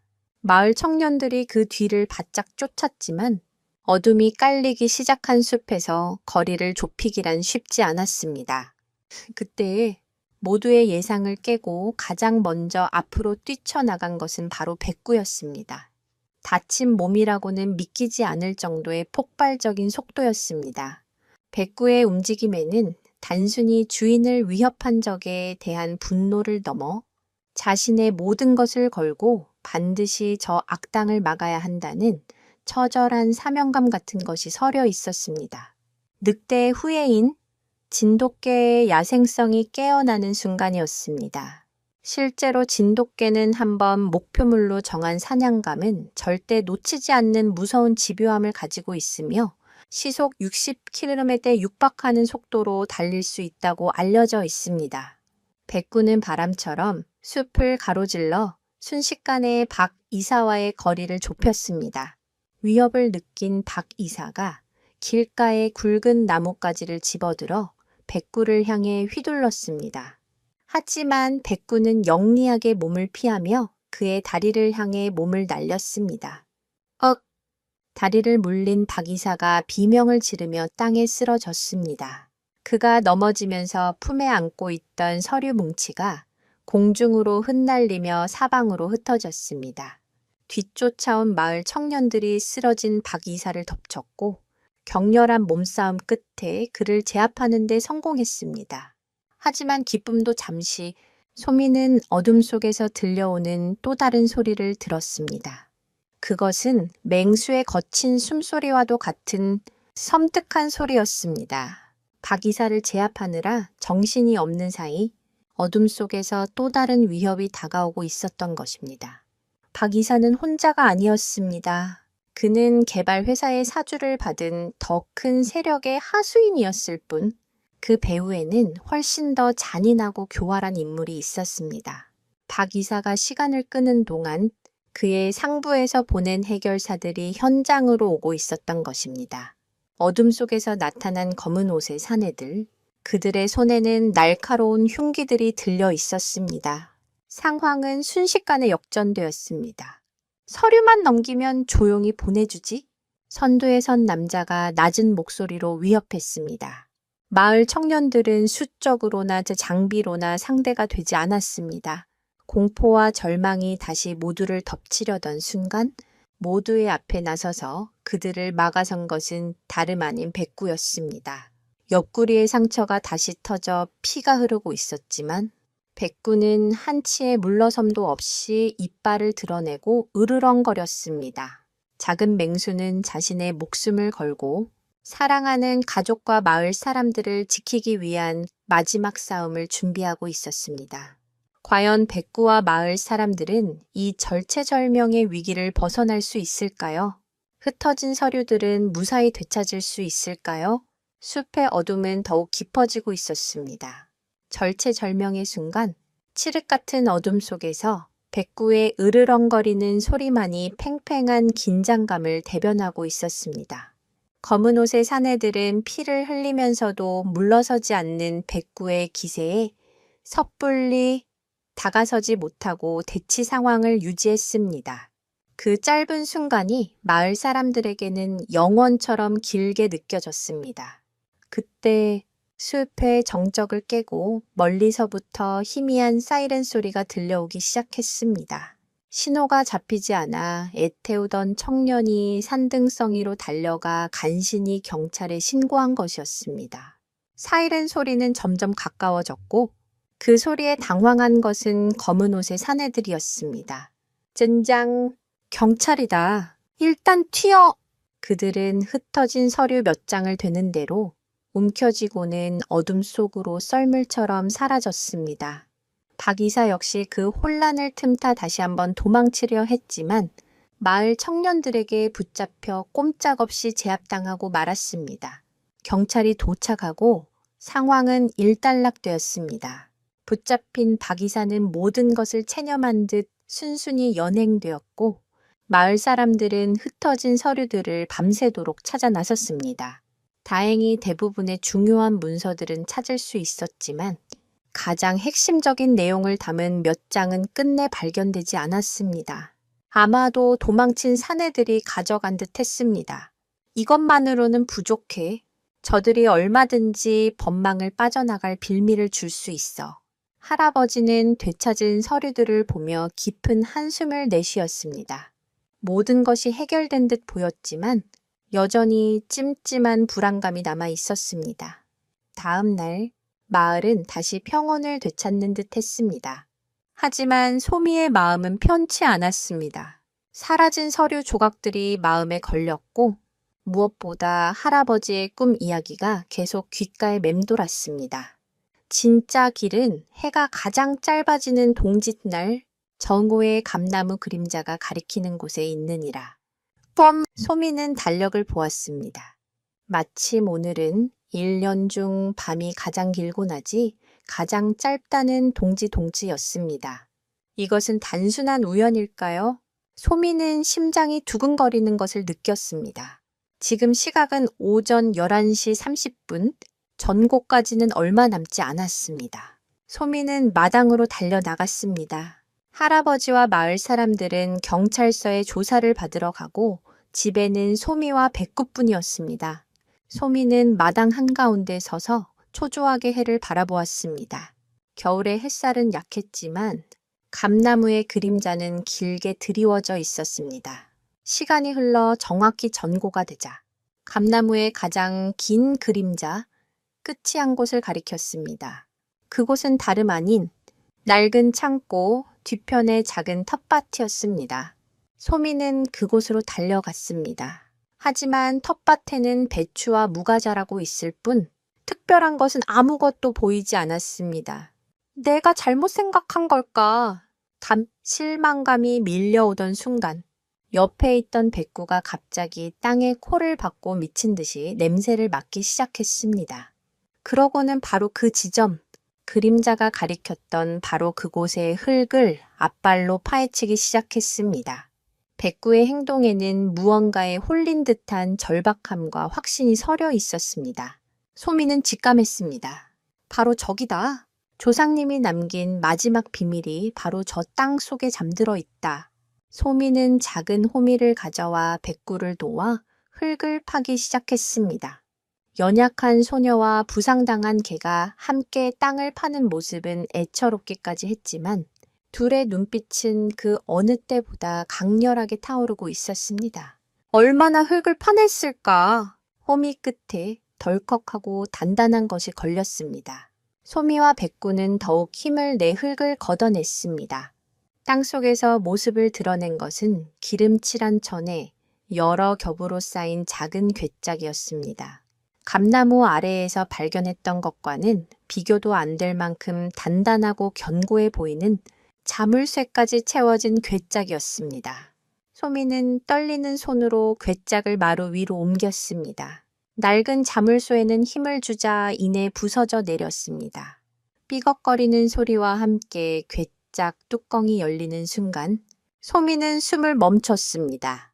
괴짝 안에는 그들이 그토록 찾아 헤매던 서류의 원본과 함께 전혀 예상치 못했던 물건 하나가 더 들어 있었습니다. 그것은 빛바랜 흑백 사진 한 장이었습니다.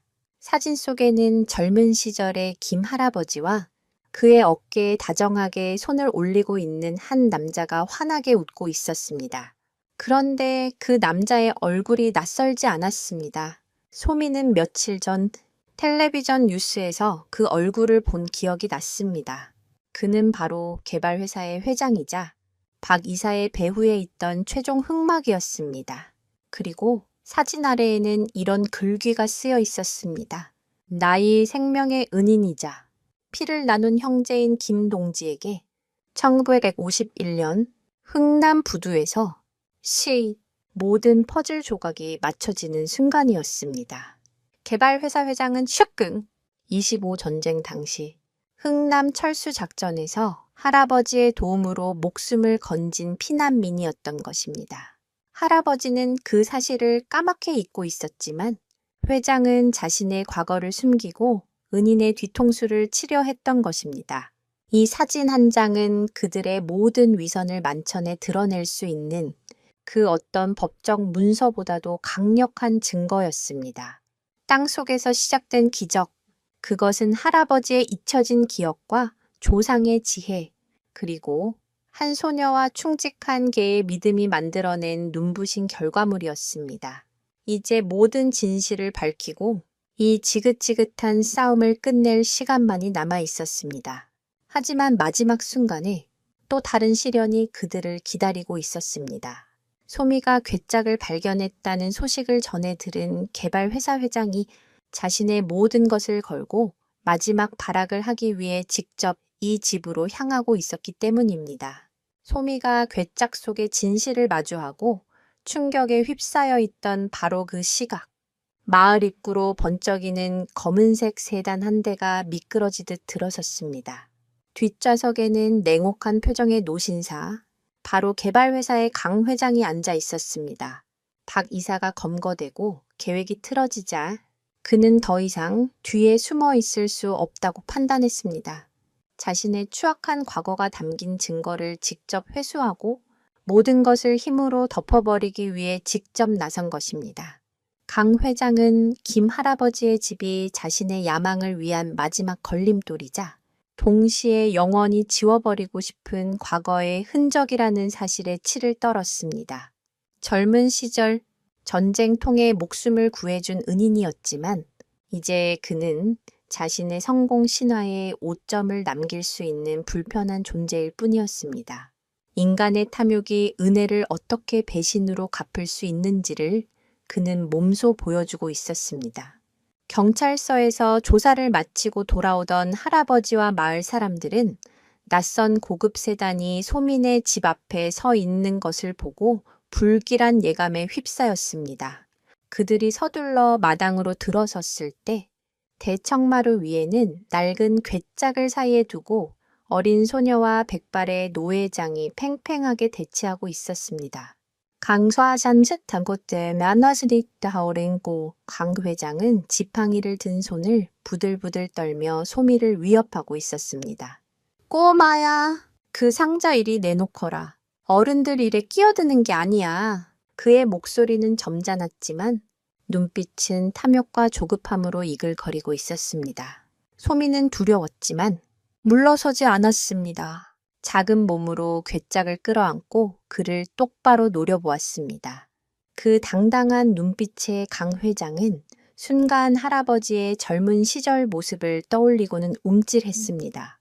회장님, 아니 최동무, 어찌 이런 짓을 벌일 수가 있소? 뒤늦게 도착한 할아버지가 강 회장의 얼굴을 알아보고는 경악과 배신감의 찬 목소리로 외쳤습니다. 수십 년 만의 재회는 너무나도 끔찍한 방식으로 이루어졌습니다. 할아버지의 목소리에 강 회장의 얼굴이 흉측하게 일그러졌습니다. 김 동지, 아직도 살아있었군. 그깟 옛날 인연으로 내 앞길을 막을 생각은 마시오. 세상이 변했소. 이제 돈과 힘이 전부란 말이오. 강 회장은 이성을 잃고 소미에게 달려들어 괴짝을 빼앗으려 했습니다. 바로 그 순간 소미의 곁을 지키고 있던 백구가 용수철처럼 튀어올라 그의 앞을 가로막았습니다. 온몸의 털을 곤두쓰고 사납게 이빨을 드러낸 백구의 기세에 강 회장은 비명을 지르며 뒤로 나자빠졌습니다. 상자 속의 진실은 이제 모두의 눈앞에 드러나려 하고 있었습니다. 할아버지는 천천히 마루 위로 올라와 괴짝을 열고 그 안에서 빛바랜 흑백 사진 한 장을 꺼내 들었습니다. 그리고는 강 회장을 따르던 비서와 마을 사람들, 그리고 뒤이어 도착한 경찰들 앞에서 사진을 높이 들어 보였습니다. 이 사람을 보시오.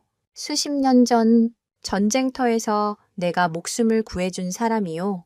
그런데 이제 와서 은혜를 원수로 갚고 내 손녀와 집까지 빼앗으려 하고 있소. 사진과 강 회장의 얼굴을 번갈아 보던 사람들의 입에서 경악의 탄성이 터져 나왔습니다. 모든 상황을 지켜보던 경찰이 강 회장에게 다가가 조사를 요구했습니다. 궁지에 몰린 강 회장은 마지막 발악을 했습니다.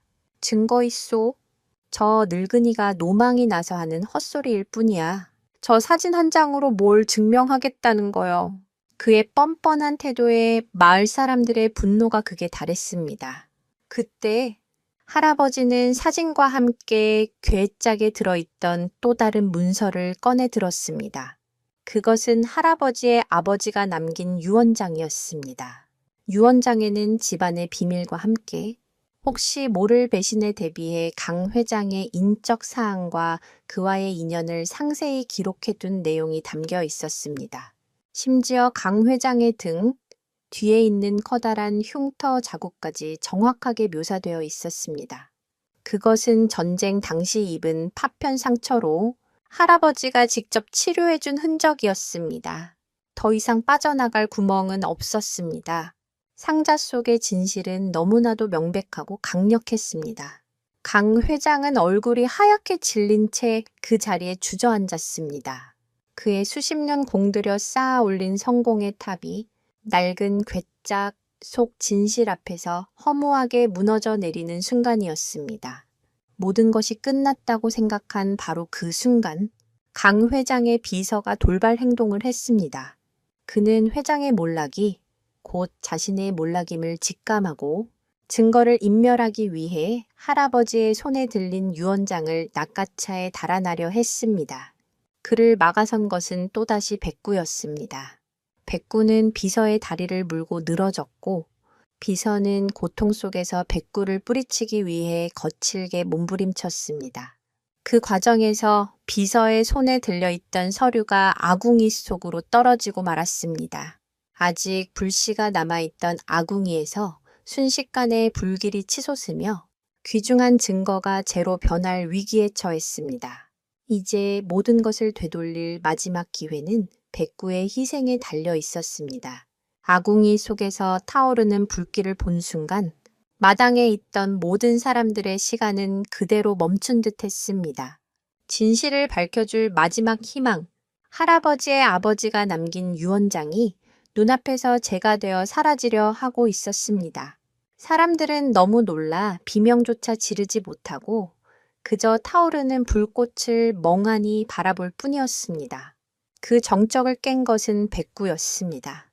녀석은 한치의 망설임도 없이 자신의 몸을 불길 속으로 던졌습니다. 백구야, 안 돼. 소미의 절규가 터져 나왔지만 이미 때는 늦었습니다. 백구는 타오르는 유언장을 입에 물고 아궁이 밖으로 뛰쳐나왔습니다.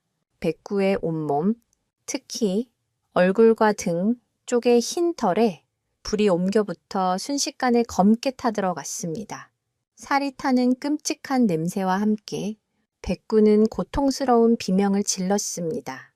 하지만 백구는 입에 문서류를 절대 놓지 않았습니다. 녀석은 마지막 남은 힘을 다해 소미의 발치로 다가와 불에 그슬린 유언장을 내려놓았습니다. 그리고는 그대로 옆으로 쓰러져 버렸습니다. 거친 숨을 몰아쉬는 백구의 눈은 흐릿하게 풀려 있었고 몸은 경련을 일으키기 시작했습니다. 백구의 처절한 사투에 정신을 차린 마을 사람들이 급히 달려들어 물을 끼얹고 담요로 감싸 불을 껐습니다. 하지만 백구의 상태는 너무나도 심각했습니다. 온몸은 끔찍한 화상으로 뒤덮였고 생명의 불꽃은 금방이라도 꺼질 듯 위태로워 보였습니다. 소미는 무너져 내리는 마음을 부여잡고 쓰러진 백구에게 다가갔습니다. 차마 상처를 만질 수도 없어 그저 눈물만 뚝뚝 흘리며 백구의 이름을 불렀습니다. 백구야, 일어나, 제발. 소미의 눈물 어린 호소에도 백구는 미동도 하지 않았습니다. 이 모든 광경을 지켜보던 강 회장의 얼굴은 더 이상 어떤 감정도 남아있지 않은 잿빛이었습니다. 한낱 미물이라 여겼던 개 한 마리의 숭고한 희생 앞에서 그의 수십 년간 쌓아온 탐욕과 위선, 그리고 인간으로서의 자존심마저 완전히 무너져 내렸습니다. 그는 자신의 죄가 얼마나 무거운지를 돈과 권력으로는 절대 살 수 없는 가치가 이 세상에 존재한다는 것을 뼈저리게 깨달았습니다. 그는 조용히 다가온 경찰의 손에 아무런 저항 없이 수갑을 찼습니다. 마당은 다시 한번 구급차와 경찰차의 사이렌 소리로 아수라장이 되었습니다. 강 회장과 비서는 연행되었고 백구는 다시 한번 생사를 넘나드는 상태로 동물병원으로 실려갔습니다. 이번에는 수의사도 고개를 저었습니다. 너무 심한 화상과 쇼크, 이미 손 쓸 수 있는 단계를 넘어섰다는 절망적인 진단이었습니다.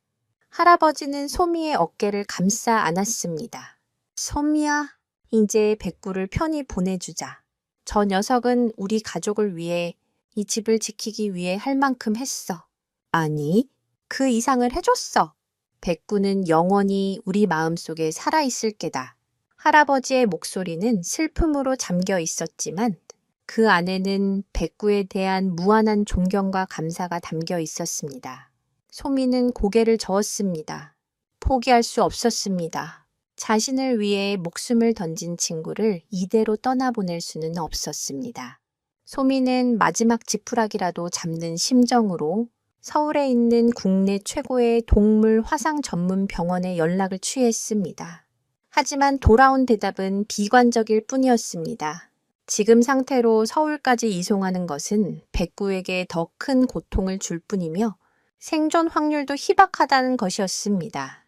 모든 희망이 사라진 것 같던 바로 그때 기적 같은 소식이 전해졌습니다. 소미와 백구의 사연이 한 마을 주민에 의해 인터넷 커뮤니티에 올라가면서 순식간에 전국적으로 퍼져나간 것입니다. 진돗개의 충성심과 용맹함, 그리고 어린 소녀와의 가슴 아픈 우정 이야기는 많은 사람들의 심금을 울렸습니다. 특히 국내 최고의 외과 의사 중 한 명이 이 사연을 접하게 되었습니다. 그는 원래 동물을 진료하지 않지만 백구의 의로운 행동에 깊은 감명을 받아 직접 수술을 집도하겠다고 나선 것입니다. 심지어 자신의 개인 헬기를 이용해 백구를 서울의 병원으로 긴급 이송하겠다는 파격적인 제안까지 해왔습니다. 잠시 후 마을의 작은 공터에 헬리콥터가 내려앉았습니다. 들것에 실린 백구가 헬기에 오르는 모습을 온 마을 사람들이 눈물로 지켜보았습니다. 소미도 할아버지의 손을 잡고 그 모습을 바라보았습니다. 이제 백구의 운명은 하늘에 맡겨졌습니다. 과연 백구는 이 마지막 사투에서 승리하고 사랑하는 소녀의 곁으로 다시 돌아올 수 있을까요? 희망의 프로펠러 소리가 하늘 높이 울려 퍼지고 있었습니다. 백구가 서울로 떠난 뒤 마을에는 길고 무거운 침묵의 시간이 흘렀습니다. 소미는 매일같이 텅 빈 백구의 집을 바라보며 친구를 그리워했습니다. 백구가 늘 앉아있던 마루의 자리가, 함께 산책하던 뒷산의 오솔길이, 그 모든 공간이 백구의 부재를 아프게 속삭이는 듯했습니다. 말을 되찾았지만 소미는 다시 과묵한 아이가 되어 갔습니다. 백구 없이는 웃을 수도 떠들 수도 없었습니다. 그 모습을 지켜보는 할아버지와 마을 사람들의 마음도 타들어 갔습니다. 강 회장과 개발업자 일당에 대한 재판은 일사천리로 진행되었습니다. 백구가 목숨을 걸고 지켜낸 유언장과 사진은 결정적인 증거가 되었고 박 이사를 비롯한 관련자들의 증언이 이어지면서 강 회장의 모든 범죄 혐의가 명백히 드러났습니다. 언론은 은혜를 원수로 갚은 파렴치한 기업가라며 연일 그의 악행을 대서특필했습니다. 결국 강 회장은 수십 년간 쌓아 올린 모든 것을 잃고 법의 엄중한 심판을 받게 되었습니다. 재판이 끝나고 며칠 뒤 소미에게 한 통의 편지가 도착했습니다. 교도소에 수감된 강 회장이 보낸 것이었습니다. 떨리는 손으로 편지를 열어본 소미의 눈이 동그래졌습니다. 편지에는 서툰 글씨로 써 내려간 참회의 내용과 함께 한 장의 등기 서류가 동봉되어 있었습니다. 그는 자신의 남은 전 재산을 사회에 환원하고 특히 김할아버지 집안에 끼친 피해에 대한 보상으로 자신이 소유했던 개발회사의 모든 지분을 소미의 이름으로 양도한다는 내용의 서류였습니다. 저는 평생 돈과 성공만을 쫓아왔습니다. 그 과정에서 가장 소중한 것들을 잊고 살았습니다. 은혜, 신의, 그리고 인간의 도리, 한 마리 개가 저에게 그 모든 것을 가르쳐 주었습니다. 부디 저를 용서하지 마시고 이 작은 성의가 그동안의 상처를 조금이나마 치유하는 데 보탬이 되기를 바랄 뿐입니다. 편지를 읽은 할아버지는 아무 말 없이 하늘만 바라보았습니다. 용서는 인간의 몫이지만 그 상처는 쉽게 아물 수 없는 것이었습니다. 할아버지는 강 회장의 사죄를 받아들이지도 거부하지도 않았습니다. 다만 그의 재산을 사회에 환원하는 것은 좋은 뜻이라 여겨 받아들이되 회사 지분은 다시 그에게 돌려주었습니다.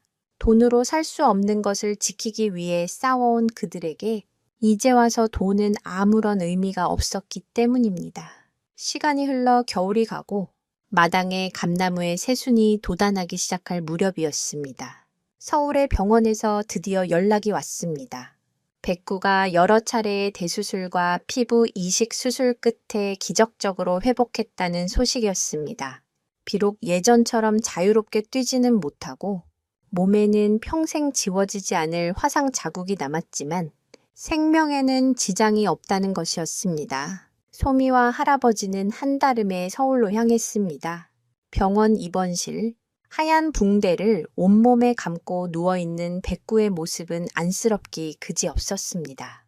하지만 소미의 목소리를 듣자 백구의 귀가 쫑긋 움직이고 힘겹게 감고 있던 눈을 떴습니다.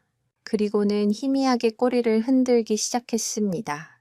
그 작은 움직임 하나에 소미의 세상은 다시 환한 빛으로 가득 찼습니다.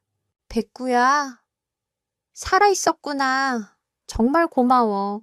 소미는 백구를 끌어안고 한참을 울었습니다. 그것은 슬픔의 눈물이 아닌 기쁨과 감사와 안도의 눈물이었습니다. 모든 시련이 끝나고 흩어졌던 가족이 다시 하나가 되는 감격적인 순간이었습니다.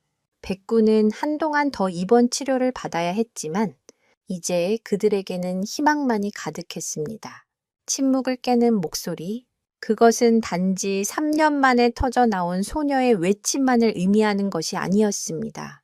그것은 불의에 침묵하던 마을 사람들이 함께 소리내어 저항하기 시작한 용기의 목소리였고 진실을 외면하던 사회를 향해 울린 경종의 목소리였습니다. 그리고 무엇보다 종을 뛰어넘는 교감과 희생으로 모두를 감동시킨 한 말이 충견의 말 없는 외침이었습니다. 이제 그 모든 목소리가 한데 모여 상처받은 이들의 마음을 치유하고 새로운 시작을 알리는 희망의 노래가 되어 울려 퍼지고 있었습니다. 백구가 퇴원하여 집으로 돌아오던 날, 마을은 온통 축제 분위기였습니다. 마을 사람들은 어귀까지 나와 작은 영웅의 귀환을 뜨겁게 환영했습니다. 백구의 몸에는 여전히 화상의 흔적이 선명하게 남아 있었지만 녀석의 발걸음은 그 어느 때보다 힘차고 당당해 보였습니다. 소미는 백구의 목에 직접 만든 꽃목걸이를 걸어주었고 백구는 꼬리를 흔들며 화답했습니다. 소민의 집은 예전의 평화를 되찾았습니다. 아니, 이전보다 더 따뜻하고 활기찬 공간이 되었습니다. 할아버지는 더 이상 홀로 고민하지 않았고 소미의 얼굴에서는 웃음이 떠나지 않았습니다. 백구는 마루의 제자리에 앉아 그 평화로운 풍경을 흐뭇하게 바라보았습니다. 소미와 백구의 이야기는 책과 다큐멘터리로 제작되어 더 많은 사람들에게 알려졌습니다. 특히 위험에 처한 주인을 구한 동물에게 수여하는 의로운 동물상의 첫 번째 수상자로 백구가 선정되면서 진돗개의 충성심과 용맹함이 다시 한번 재조명받는 계기가 되었습니다. 시상식에 참여한 소미는 또박또박한 목소리로 수상소감을 발표했습니다. 백구는 저에게 가족이고 친구이고 수호천사입니다. 백구가 저에게 목소리를 찾아주었듯이 이제는 제가 세상의 모든 동물들을 위한 목소리가 되어주고 싶습니다. 소녀의 당찬 포부는 많은 사람들에게 깊은 감동과 울림을 주었습니다. 그날 이후 소미는 동물보호 활동에 적극적으로 참여하기 시작했습니다. 할아버지는 그런 손녀를 자랑스러워하며 묵묵히 지원했습니다. 한편 할아버지는 집터의 역사적 가치를 인정받아 국가의 지원을 받아 집을 독립운동 기념관으로 꾸미기로 결정했습니다. 조상들이 지켜온 역사의 흔적을 모든 사람들과 함께 나누는 것이야말로 약속의 증표에 담긴 진정한 의미를 실현하는 길이라고 믿었기 때문입니다. 기념관 한쪽에는 백구의 동상이 세워졌습니다. 동상 아래에는 이런 문구가 새겨졌습니다. 말보다 깊은 마음으로 우리에게 진정한 용기와 희생의 의미를 가르쳐준 영원한 가족, 백구를 기리며 봄이 완연한 어느 날 기념관 개관식이 열렸습니다. 많은 사람들이 찾아와 그들의 용기 있는 싸움과 승리를 축하해 주었습니다. 소미는 할아버지 그리고 백구와 함께 마당의 감나무 아래에 섰습니다.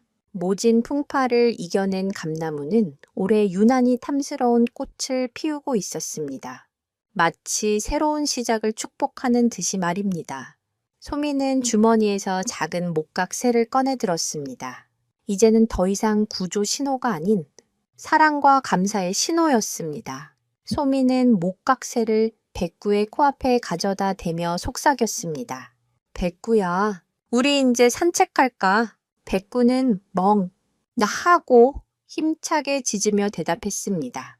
소녀와 할아버지 그리고 충직한 개는 나란히 기념관을 나섰습니다. 그들의 발걸음은 희망으로 가득 차 있었습니다. 상처는 아물고 새로운 싹이 돋아나듯 그들의 삶에도 새로운 희망의 새싹이 힘차게 자라나고 있었습니다. 시련의 겨울은 끝났고 이제 그들 앞에는 따스한 봄날의 햇살만이 가득할 것이었습니다. 이 이야기는 우리에게 많은 것을 생각하게 합니다. 과연 인간만이 만물의 영장이라고 할 수 있을까요? 때로는 말을 하지 못하는 동물이 우리에게 더 큰 가르침과 감동을 주기도 합니다.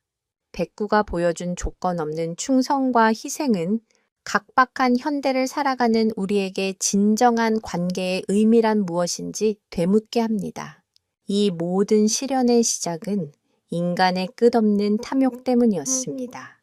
하지만 그 거대한 탐욕에 맞서 승리할 수 있었던 힘은 돈이나 권력이 아닌 서로를 아끼고 지키려는 작지만 위대한 사랑이었습니다. 여러분의 곁에도 백구처럼 소중한 존재가 있나요? 오늘 그 존재에게 따뜻한 말 한마디 건네보는 것은 어떨까요?